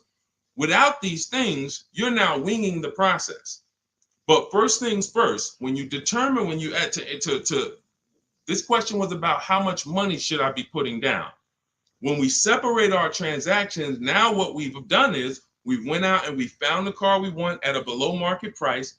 Now we go to our lenders and we start the bidding process and we say, okay, who's going to give me the best interest rate? And whoever gets me the best interest rate, now I put it together with the car that I have on hold. And I say, okay, what's my car payment now? And they may say, okay, well, if you finance the whole thing, your car payment's, $580. Now you might say, okay, I think I want to be at like $499. How much do I need down? Well, about $3,000. Okay, perfect. That's between you and the lender. It's not between you and the dealer. You're not, see, in that case, now you have the best price on the car waiting for you because you got bids on that. You got the best loan because you got bids on it. And now your down payment is actually going off the principal of the car, not it's going to pad the deal and the profit from the dealer. If you got that, type $sign. If you got that on TikTok, just start double tapping the screen, running the like sign. That is why it's important. We call that the 3 pillars of great car deals. You'll have to see these 3 pillars separately. Who I sell my car to, I'm bidding that out. Who I get my loan from, bidding that out. Who I buy my car from, bidding that out. And that allows you to sit at your computer and make all the money on your car deal and have these deals that, all of these people are making these deals at home. Look, this is India. She said she started using my strategies last year, but she shopped the market at the time. She was shopping for a Toyota Corolla, and she did not like the offers at the time. That's the benefit of starting these strategies way before you need a car. Look, we got people who get cars in 3-4 days, but when you have time, you can shop the market. She didn't like how the offers looked, and she waited. She said the best of all my offers were over 1.5% with no money, with no one budging on my counter offers. Fast forward 2024, I had to find a car in 2 weeks, so I got to work. In about 5 days, I walked out with a 2024 Hyundai Elantra Limited, $36,000 for 36 months, $12K, $365 a month, no money down. Boom, $365 a month, no money down. The MSRP was $28,725, making it a 1.27 deal. People would kill right now to be able to buy a car, drive a brand new, dependable car, fully warranted car, shop from home, never had to be stressed out in a dealership, begging for discounts. She's sitting at home and she drives off at $365 a month, brand new car, no money down. This is what it's about, people. It's about learning the strategy so that you keep the most money in your household. Okay? Everything I'm teaching you, everything India used is in my new digital book, Cars from Home, 7 Steps to Saving Time, Money, and Avoiding Dealerships. You can get your copy as part of our launch offer for 75% off in my TikTok bio or in my Instagram bio, but it's only for 30 minutes. After 30 minutes, the price goes back up to the $97 price, which is still great. If you missed it, and you're like, Deshone, I missed it, but I need these strategies. Listen, it's $70-something more. And the strategies you're going to use to save we can't even quantify it. We showed you earlier, somebody saved 25 grand off their price, almost 30 grand off her Mercedes. You've seen discounts of 6,000-7,000. You've seen ridiculous pay. It doesn't matter. The value you're going to get far outweighs the cost. And here's one thing. Financially wise people look at value. Financially foolish people look at cost. Let that sink in. Okay, those of you on YouTube and Facebook, I have a comment below for you. We have a comment pinned. You can hit the link below. You'll see the 75% off. Now, make sure when you get your book at the 75% off, if you get there before the 30 minutes is up, make sure as soon as you purchase, it says screenshot the thank you page. You'll see I put on that page, your book is below. You can click it to open it immediately, save it to your phone, save it to your computer, and I also email you a copy. But I want you to screenshot that page so you can have my support team's email. Every now and then we get people that typing so fast, you actually type your email in wrong. and then you didn't save the book right there on the thank you page. So now, how am I getting my book? You got the support team email. They're 7 days a week. Email, hey, I think I might have typed something wrong. I don't see my book. It's not in my spam folder. Get my team so we can get you the book immediately. So you can have these strategies, protect your family's money, shop with confidence, enjoy car shopping. I enjoy shopping. These people are like, enjoy. Look at what Adina said. Look at what Adina said at the end. She said, thanks to Sean. Hold on. Thanks to Sean for making the car buying process easy. And I want to upload this because it got cut off too. So I'm going to upload this. Thank you for making the car buying process easy. I want you enjoying car shopping. You're about to spend a ton of money. Why should you dread? Look what she said. Last sentence. If you're on Instagram or if you're on YouTube, you can see it. So, all right, Dolan, next question. Let's fly through a couple more. We still got some more time. Come on, y'all, keep typing. Lalia, yes, we send emails out all the time. In fact, everyone who had the book, I literally sent a new copy out to everybody on our list. It was like 9,000 people, maybe a month ago.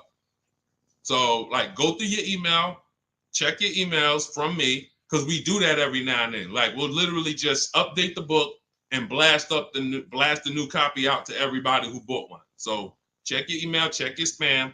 You know, I've sent you that book. If you purchased it last year, you've gotten the new book probably at least 2 times, 3 times. We've updated it and sent it out to everybody.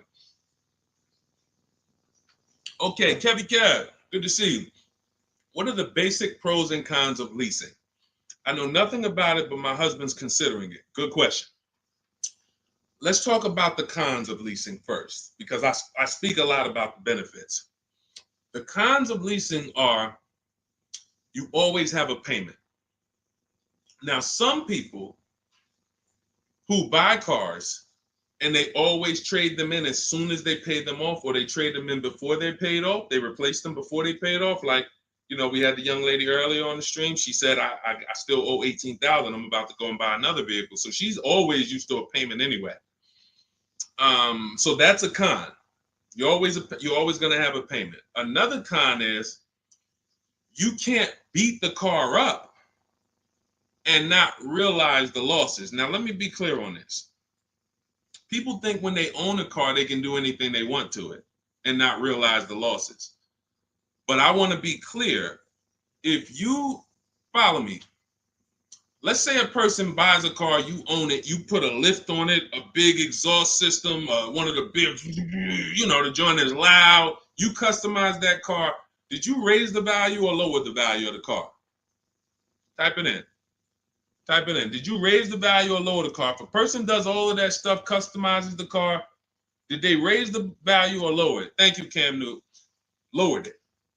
So let's say a person was going to sell a car, and somebody looked at it and said, hey, how much is you going to pay? You know, they're going to pay $20,000 to buy your car.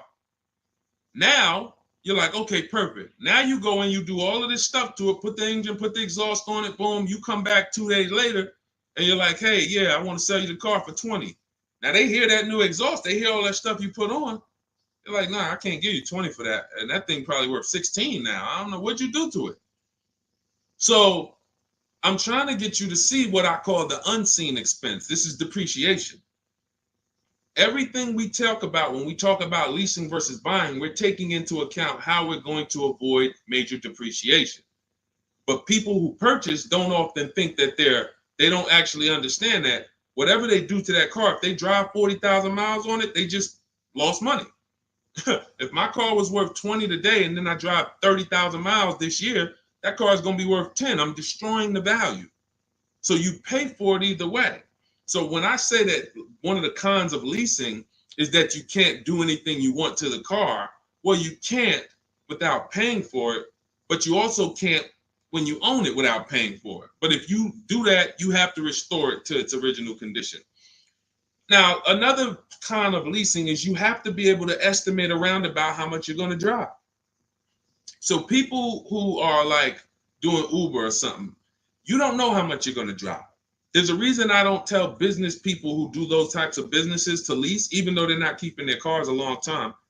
there's a better structure for you guys. Leasing is not it, because you don't know how much you're going to drive. If you have a good year, you might do 40,000 miles. If you have a bad year or a rough year, you might do 20 or 18,000 miles. So you can't predict it. So with leasing, you have to have an enjoyable leasing experience. You have to have some type of an idea when you're going to, how much you're going to drive. Now, one of the biggest cons to leasing is you can overpay by a lot because it's not transparent. It's not transparent. Could everybody who shares, there are a couple people on here, you always share the broadcast. I appreciate you. We need you. Can you hit the share button, hit that arrow, hit that paper plane, and tag one friend in, just in case they might be going to the dealership tomorrow. We need to make sure that they have what they need to win. So shout out to the sharers. We can't do this without you. Now, when you consider that you can overpay, see, when you get a purchase deal, everything goes on that receipt, the buyer's order. You can plug that into a calculator and you can match those numbers up. You might not be used to doing it, but that bottom line price, you can plug that right into a basic auto loan calculator on hundreds of websites, and you can make sure that your payment matches. You can't do that with a lease. There's all types of potential to hide money in leases.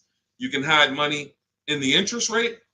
You can hide in the money factor, because you can't use your own financing with a lease. You have to use whatever bank or leasing company the dealership who's running the promotion is using. So that gives us potential to be overcharged for our money factor or our interest rate.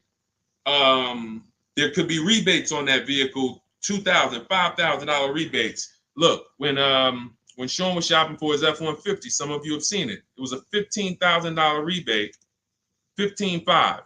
He wouldn't have known about that if a dealer's not going to come in and tell him, hey, it's $15,500 rebate on this. No, some dealers might say nothing. They won't even mention it. They'll just try to negotiate. Hey, how much could you, they hoping you say something like this. Can you get me the invoice price? Can you get me to the invoice price? If I could get you the invoice price, can we make a deal today? Yeah, I always heard that, invoice price is a fair deal. Okay, no problem. Let me go get it. So they're not going to tell you anything about, hey, we got $15,000. He didn't ask about the rebates. He didn't ask nothing about rebate. He don't know anything about the rebates. Let's go take off $5,000, get him the invoice price. We're going to make $20,000 profit on this deal. So this is how it works. This is how it works. So with a lease, you could have the same types of incentives. And the thing about leasing is when you go from a finance to a lease, your payment is naturally going to be lower. Even if you get a bad deal, your payment's going to be lower. If you're used to buying $50,000 cars and paying $900 or $1,000 a month and putting 10 grand down, that same $50,000 car is going to lease out for like $800 with a bad deal. So people will walk in and think they won. Oh man, it's lower. It's lower than when I used to buy these.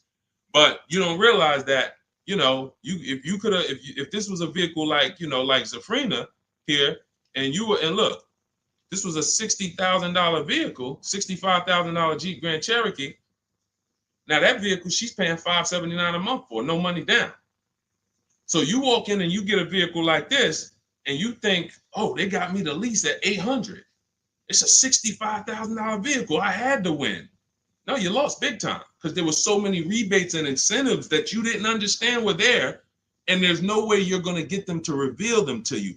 The only way, and I've been in the car business since 2006. I left in 2020, and since then I've been helping people make deals around this country. The only way to reveal what all the rebates are is 2 words: multiple offers. It's the only way. You're never going to negotiate your way to finding out what all the rebates are, because one deal is going to tell you it's $3,000, another deal is going to tell you it's $5,000, another deal is going to tell you it's $8,000, another deal is going to tell you there's no rebates. That's why when we sit back and we get multiple offers from home using the strategies in my digital book that you'll have access to immediately. Those of you who got your book, I see a lot of you saying, got the book. All of this stuff is scripted out for you. Now, you could do it manually, too. You want to call around the dealerships, ask for the sales manager, ask for a manager, try to bypass salesmen, because salesmen are trained to distract and waste time and make it hard, especially by phone. So if you want to try to do it manually, we must get 5 offers. New cars, leases, you must get 5 offers from 5 different dealers because that's how different the offers are going to be. They're going to be major different, not close, major. I always say if your offers aren't $150 to $200 a month apart, then you didn't shop correctly. Okay, go ahead, Doe. Let's shoot the next question up. That's it, Kevy Kev. That's the pros and cons. Oh, let me hit on the pros. Hold on. Let me try to sum up the pros of leasing before we wrap this question up. Pros of leasing are when you get below market leases, you're driving new cars, warranty cars, always under warranty in most cases. Something breaks, you call a dealership. Hey, this broke. Come on in, we'll fix it. You're under warranty. When you get below market leases, you're driving new cars for cents on the dollar. You're driving new cars and you're paying less than what people are paying to buy, lots less of what people are paying to buy them new, and you're paying less than what people are paying to buy them pre-owned. Some of you've seen me do that scenario where I compare a new lease, below market lease, to a pre-owned version of that same car. Take that $65,000 vehicle that Zafrina got, $597 a month. If she found one for, $30,000, half price, let's just pretend, and this is to illustrate to you how drastic the difference between below market leases are and buying. It's not even close. It's nowhere near close. If she found a half price version of that vehicle, which won't exist, let's just say we made one up and just put it right here, half price. So that's $32,000 plus tax. She's around $35,000.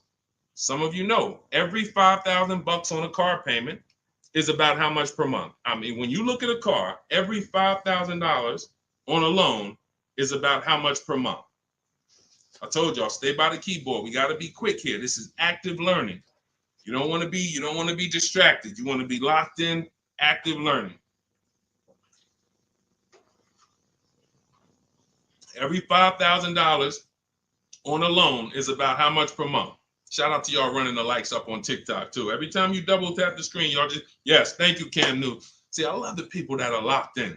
I see you, Brenda, $100 a month. Yeah. Now, so we got $100 for every 5,000. So that means when you look at a $10,000 car, first thing in your mind should be that's $200 a month, 5-year loan. When you look at a $20,000 car, first thing in your mind, that's $400 a month, 5-year loan. When you look at a used car version, let's say she gets it for half off, $32,000 plus tax, she's around $35,000. What's that payment?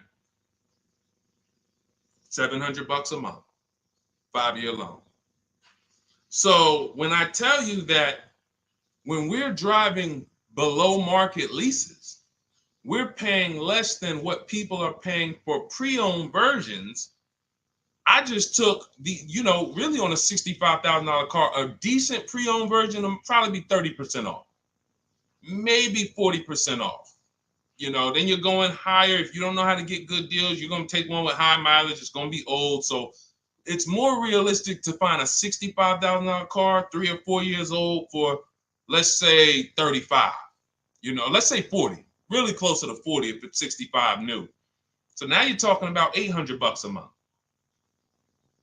So a person like Zafrina, she's driving, she knows how to get below market leases. She's driving a brand new $65,000 fully warranted version, not tying up her money in that vehicle. She's paying $597 a month, which is hundreds a month less than what a used car person is paying, and like $500-$600 it's less than what a new car person is paying. So it's no comparison.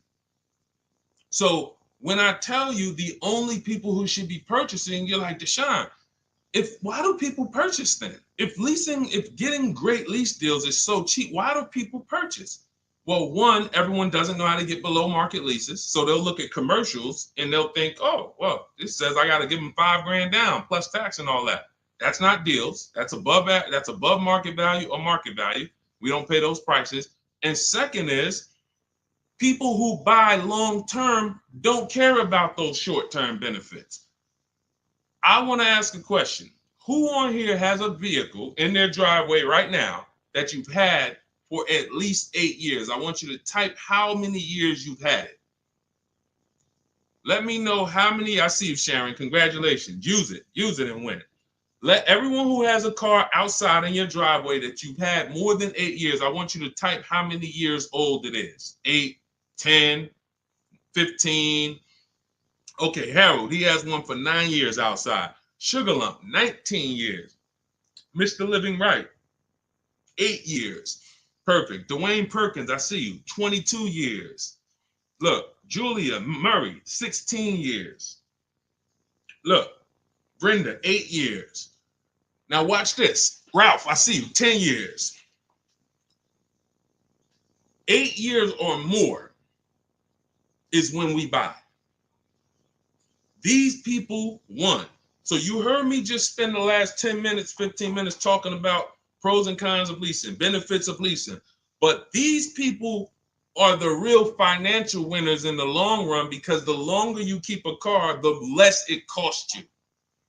I'm not a fan of people leasing who have the discipline to keep a car for 10, 15 years, 12 years. I would never tell people lease who's doing that. I'm trying to get the people who say, it's no way I'm keeping a car near that long. I've never done it. I don't enjoy it. I'm not going to do it. You are the people who should not be buying. Because the great thing about having a car 8 years is you'll see something. This is the depreciation cycle. This is how owners lose money on their leases, on their cars. When you purchase your car, one day when you buy it, it's worth this. 5 years down the line, it's worth this. 10 years down, 10 years, but here's the thing. After about 8 years, 7, 8 years, now the depreciation starts to level out.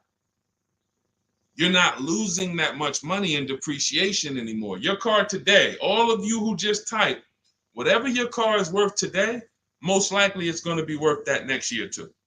If your car is worth $5,000 today, a year from now, it's going to be worth about $5,000. You beat depreciation. That's when it makes sense to purchase, when you have those values. These people, look, we call these cars keepers. When a transmission goes out on the car, you know what people who are not programmed, you're not a keeper, you know what you do? Transmission's out. You gotta go get a new car. When the transmission goes out for some of these guys, what are they doing? They go get another transmission and put it in the car. That's what you do. That's what you do. So there's two sides to be on. You're a long-term side. That means, like my dad, he bought a truck 2013. 6 years later, the engine went out. He got a used motor, put it in there. He's still driving it. He's about to sell it for a couple $1,000s now. He's had that car for over 10 years. But he's had no car payment on it for probably 7 years. That's all money that stays in his household. Somebody asked the other day, hey, my car needs $3,500 in work. Should I go get a new car? I said, well, first of all, make sure you get a price from a second opinion from a local mechanic. You always get, for work, you always get 2 opinions. But if it costs you $3,500, will that car ride smooth for the next 3 years, 2 years, 3 years? If the answer is yes, you need to understand something. If you go get another car to replace that car, it's going to cost you a minimum of $3,500 a year, and most likely more than that, $6,000, $7,000 a year coming out of your household. So do you want $3,500 one time and now I got no car payment, I keep my bills low? Or do you want to go get a new car payment that's $400 a month? Now what is that? $400 a month times 12, that's $4,800 a year for the next 5 years or whatever. The cost of replacement, guys, is always more than the cost of keeping that vehicle running. That's why you want to have that car paid off before the 10th birthday, and you want to set aside money for maintenance and repairs. Whatever you were paying on your car payment, $400 a month. All right, my car is paid off. Now take $100 or $200, put it into an emergency fund. So when that car breaks down or something needs, hey, no problem. It's in the emergency fund. But I'm keeping that car, because the longer I keep that car, the less money I pay for a car, the more money I keep in my household. So that's how you purchase, because you're buying a depreciating asset. You have to go long term with it. It's going to go down in value like this sharply for the first 5-6 years. It's going down, losing thousands. But once it levels out, that's when you really want to own it, because now we good. Things paid off. I ain't got to worry about it. But as soon as people come through that deep depreciation, that's when they go and trade the car in, and they do it all over again, over and over again. These are the people who I'm trying to get you to understand leasing. You're in the wrong structure. So it's very simple. You're not keeping your next car 8 years, you should be leasing, shopping for below market leases. You're keeping your next car at least 8 years, you're shopping for a below market purchase. And all of this is in my step-by-step book. This is the first step. Leasing versus buying. I call it the most important question. We got to put your deal on the right foundation, and then we go get a below market deal. So for everything I'm teaching right now is out of my new digital book. You can grab your copy for 75% off. It's normally $97. If you want the entire blueprint, and you guys see the comments, you see the comments people making, man, get the book. Get the book. You see it. So you can go to, thank God we have approaching 10,000 people who have the book. Thank God. We are getting this in a lot of people's hands. People love the welcome offer. And the same people who are using it would look back and say, Deshone, I would have paid the $97 knowing what I know now and what I'm seeing in this book. But to get it at 75% off, $25, even more value. But it's only for 30 minutes. In my TikTok bio, in my Instagram bio, click that link that says 75% off. In my YouTube comments or Facebook comments, we have a comment pinned for you for your 75% off. But once that timer hits zero, guys, it does go back up to $97, which is the normal price. And it's worth every dime at $97.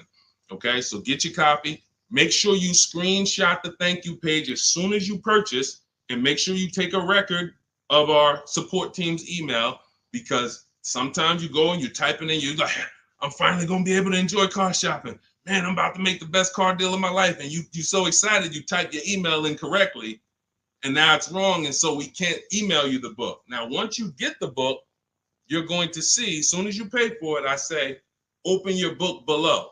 So there's a link right there on that page to actually open the book, and you can save it to your actual, you can save it to your phone. But I email you a copy too. And sometimes if your email's wrong, you're not going to get that email. So make sure you screenshot that page. It has my support team's email, or look at it right here. Look at it on the screen. Get the support team just in case.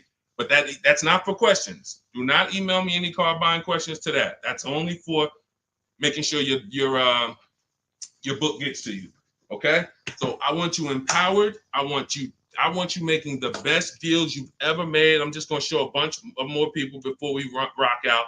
I didn't get a chance to get to everybody's deals that has sent me a deal in the last couple of days. I didn't get a chance. Ansley got his second vehicle. He said 2 down, 1 more to go for the year. He got this BMW truck. We showed Melissa. We didn't show American Senior Benefits. You guys can read this if you're on Instagram, on YouTube. You can pause that. But we'll go more detail on the second stream. Keep sending me your deals, because I told y'all I was going to bring them onto the show. And after you make your deals, email me. I want you guys proud of the deals you're making. I want you excited, not just about the car. Everybody gets excited about posting their cars. Everybody. You'll see that all through any social media platform. People get a new car, they want to take pictures of it, but they'll never show you the numbers. And you may have been this way, because secretly they're ashamed. The last thing they want is somebody who understands the numbers to look at that deal and be like, hey, did you see this? What's the $4,000 here? Did you see? How many offers did you get on this vehicle before you paid this price? Oh, no, I just thought they don't want that. I don't want you living like that. If you've done that before, I don't want you like that. I want you like all of these other people you're seeing posting your car deals, like Melissa, like American Soldiers Benefits, like Ansley, this is his other car, like Rosalie, like Jen. Hold on. We do this all day long. Like Teddy, like Jared, like Zafrina, like Pierre. Numbers. That's what I want.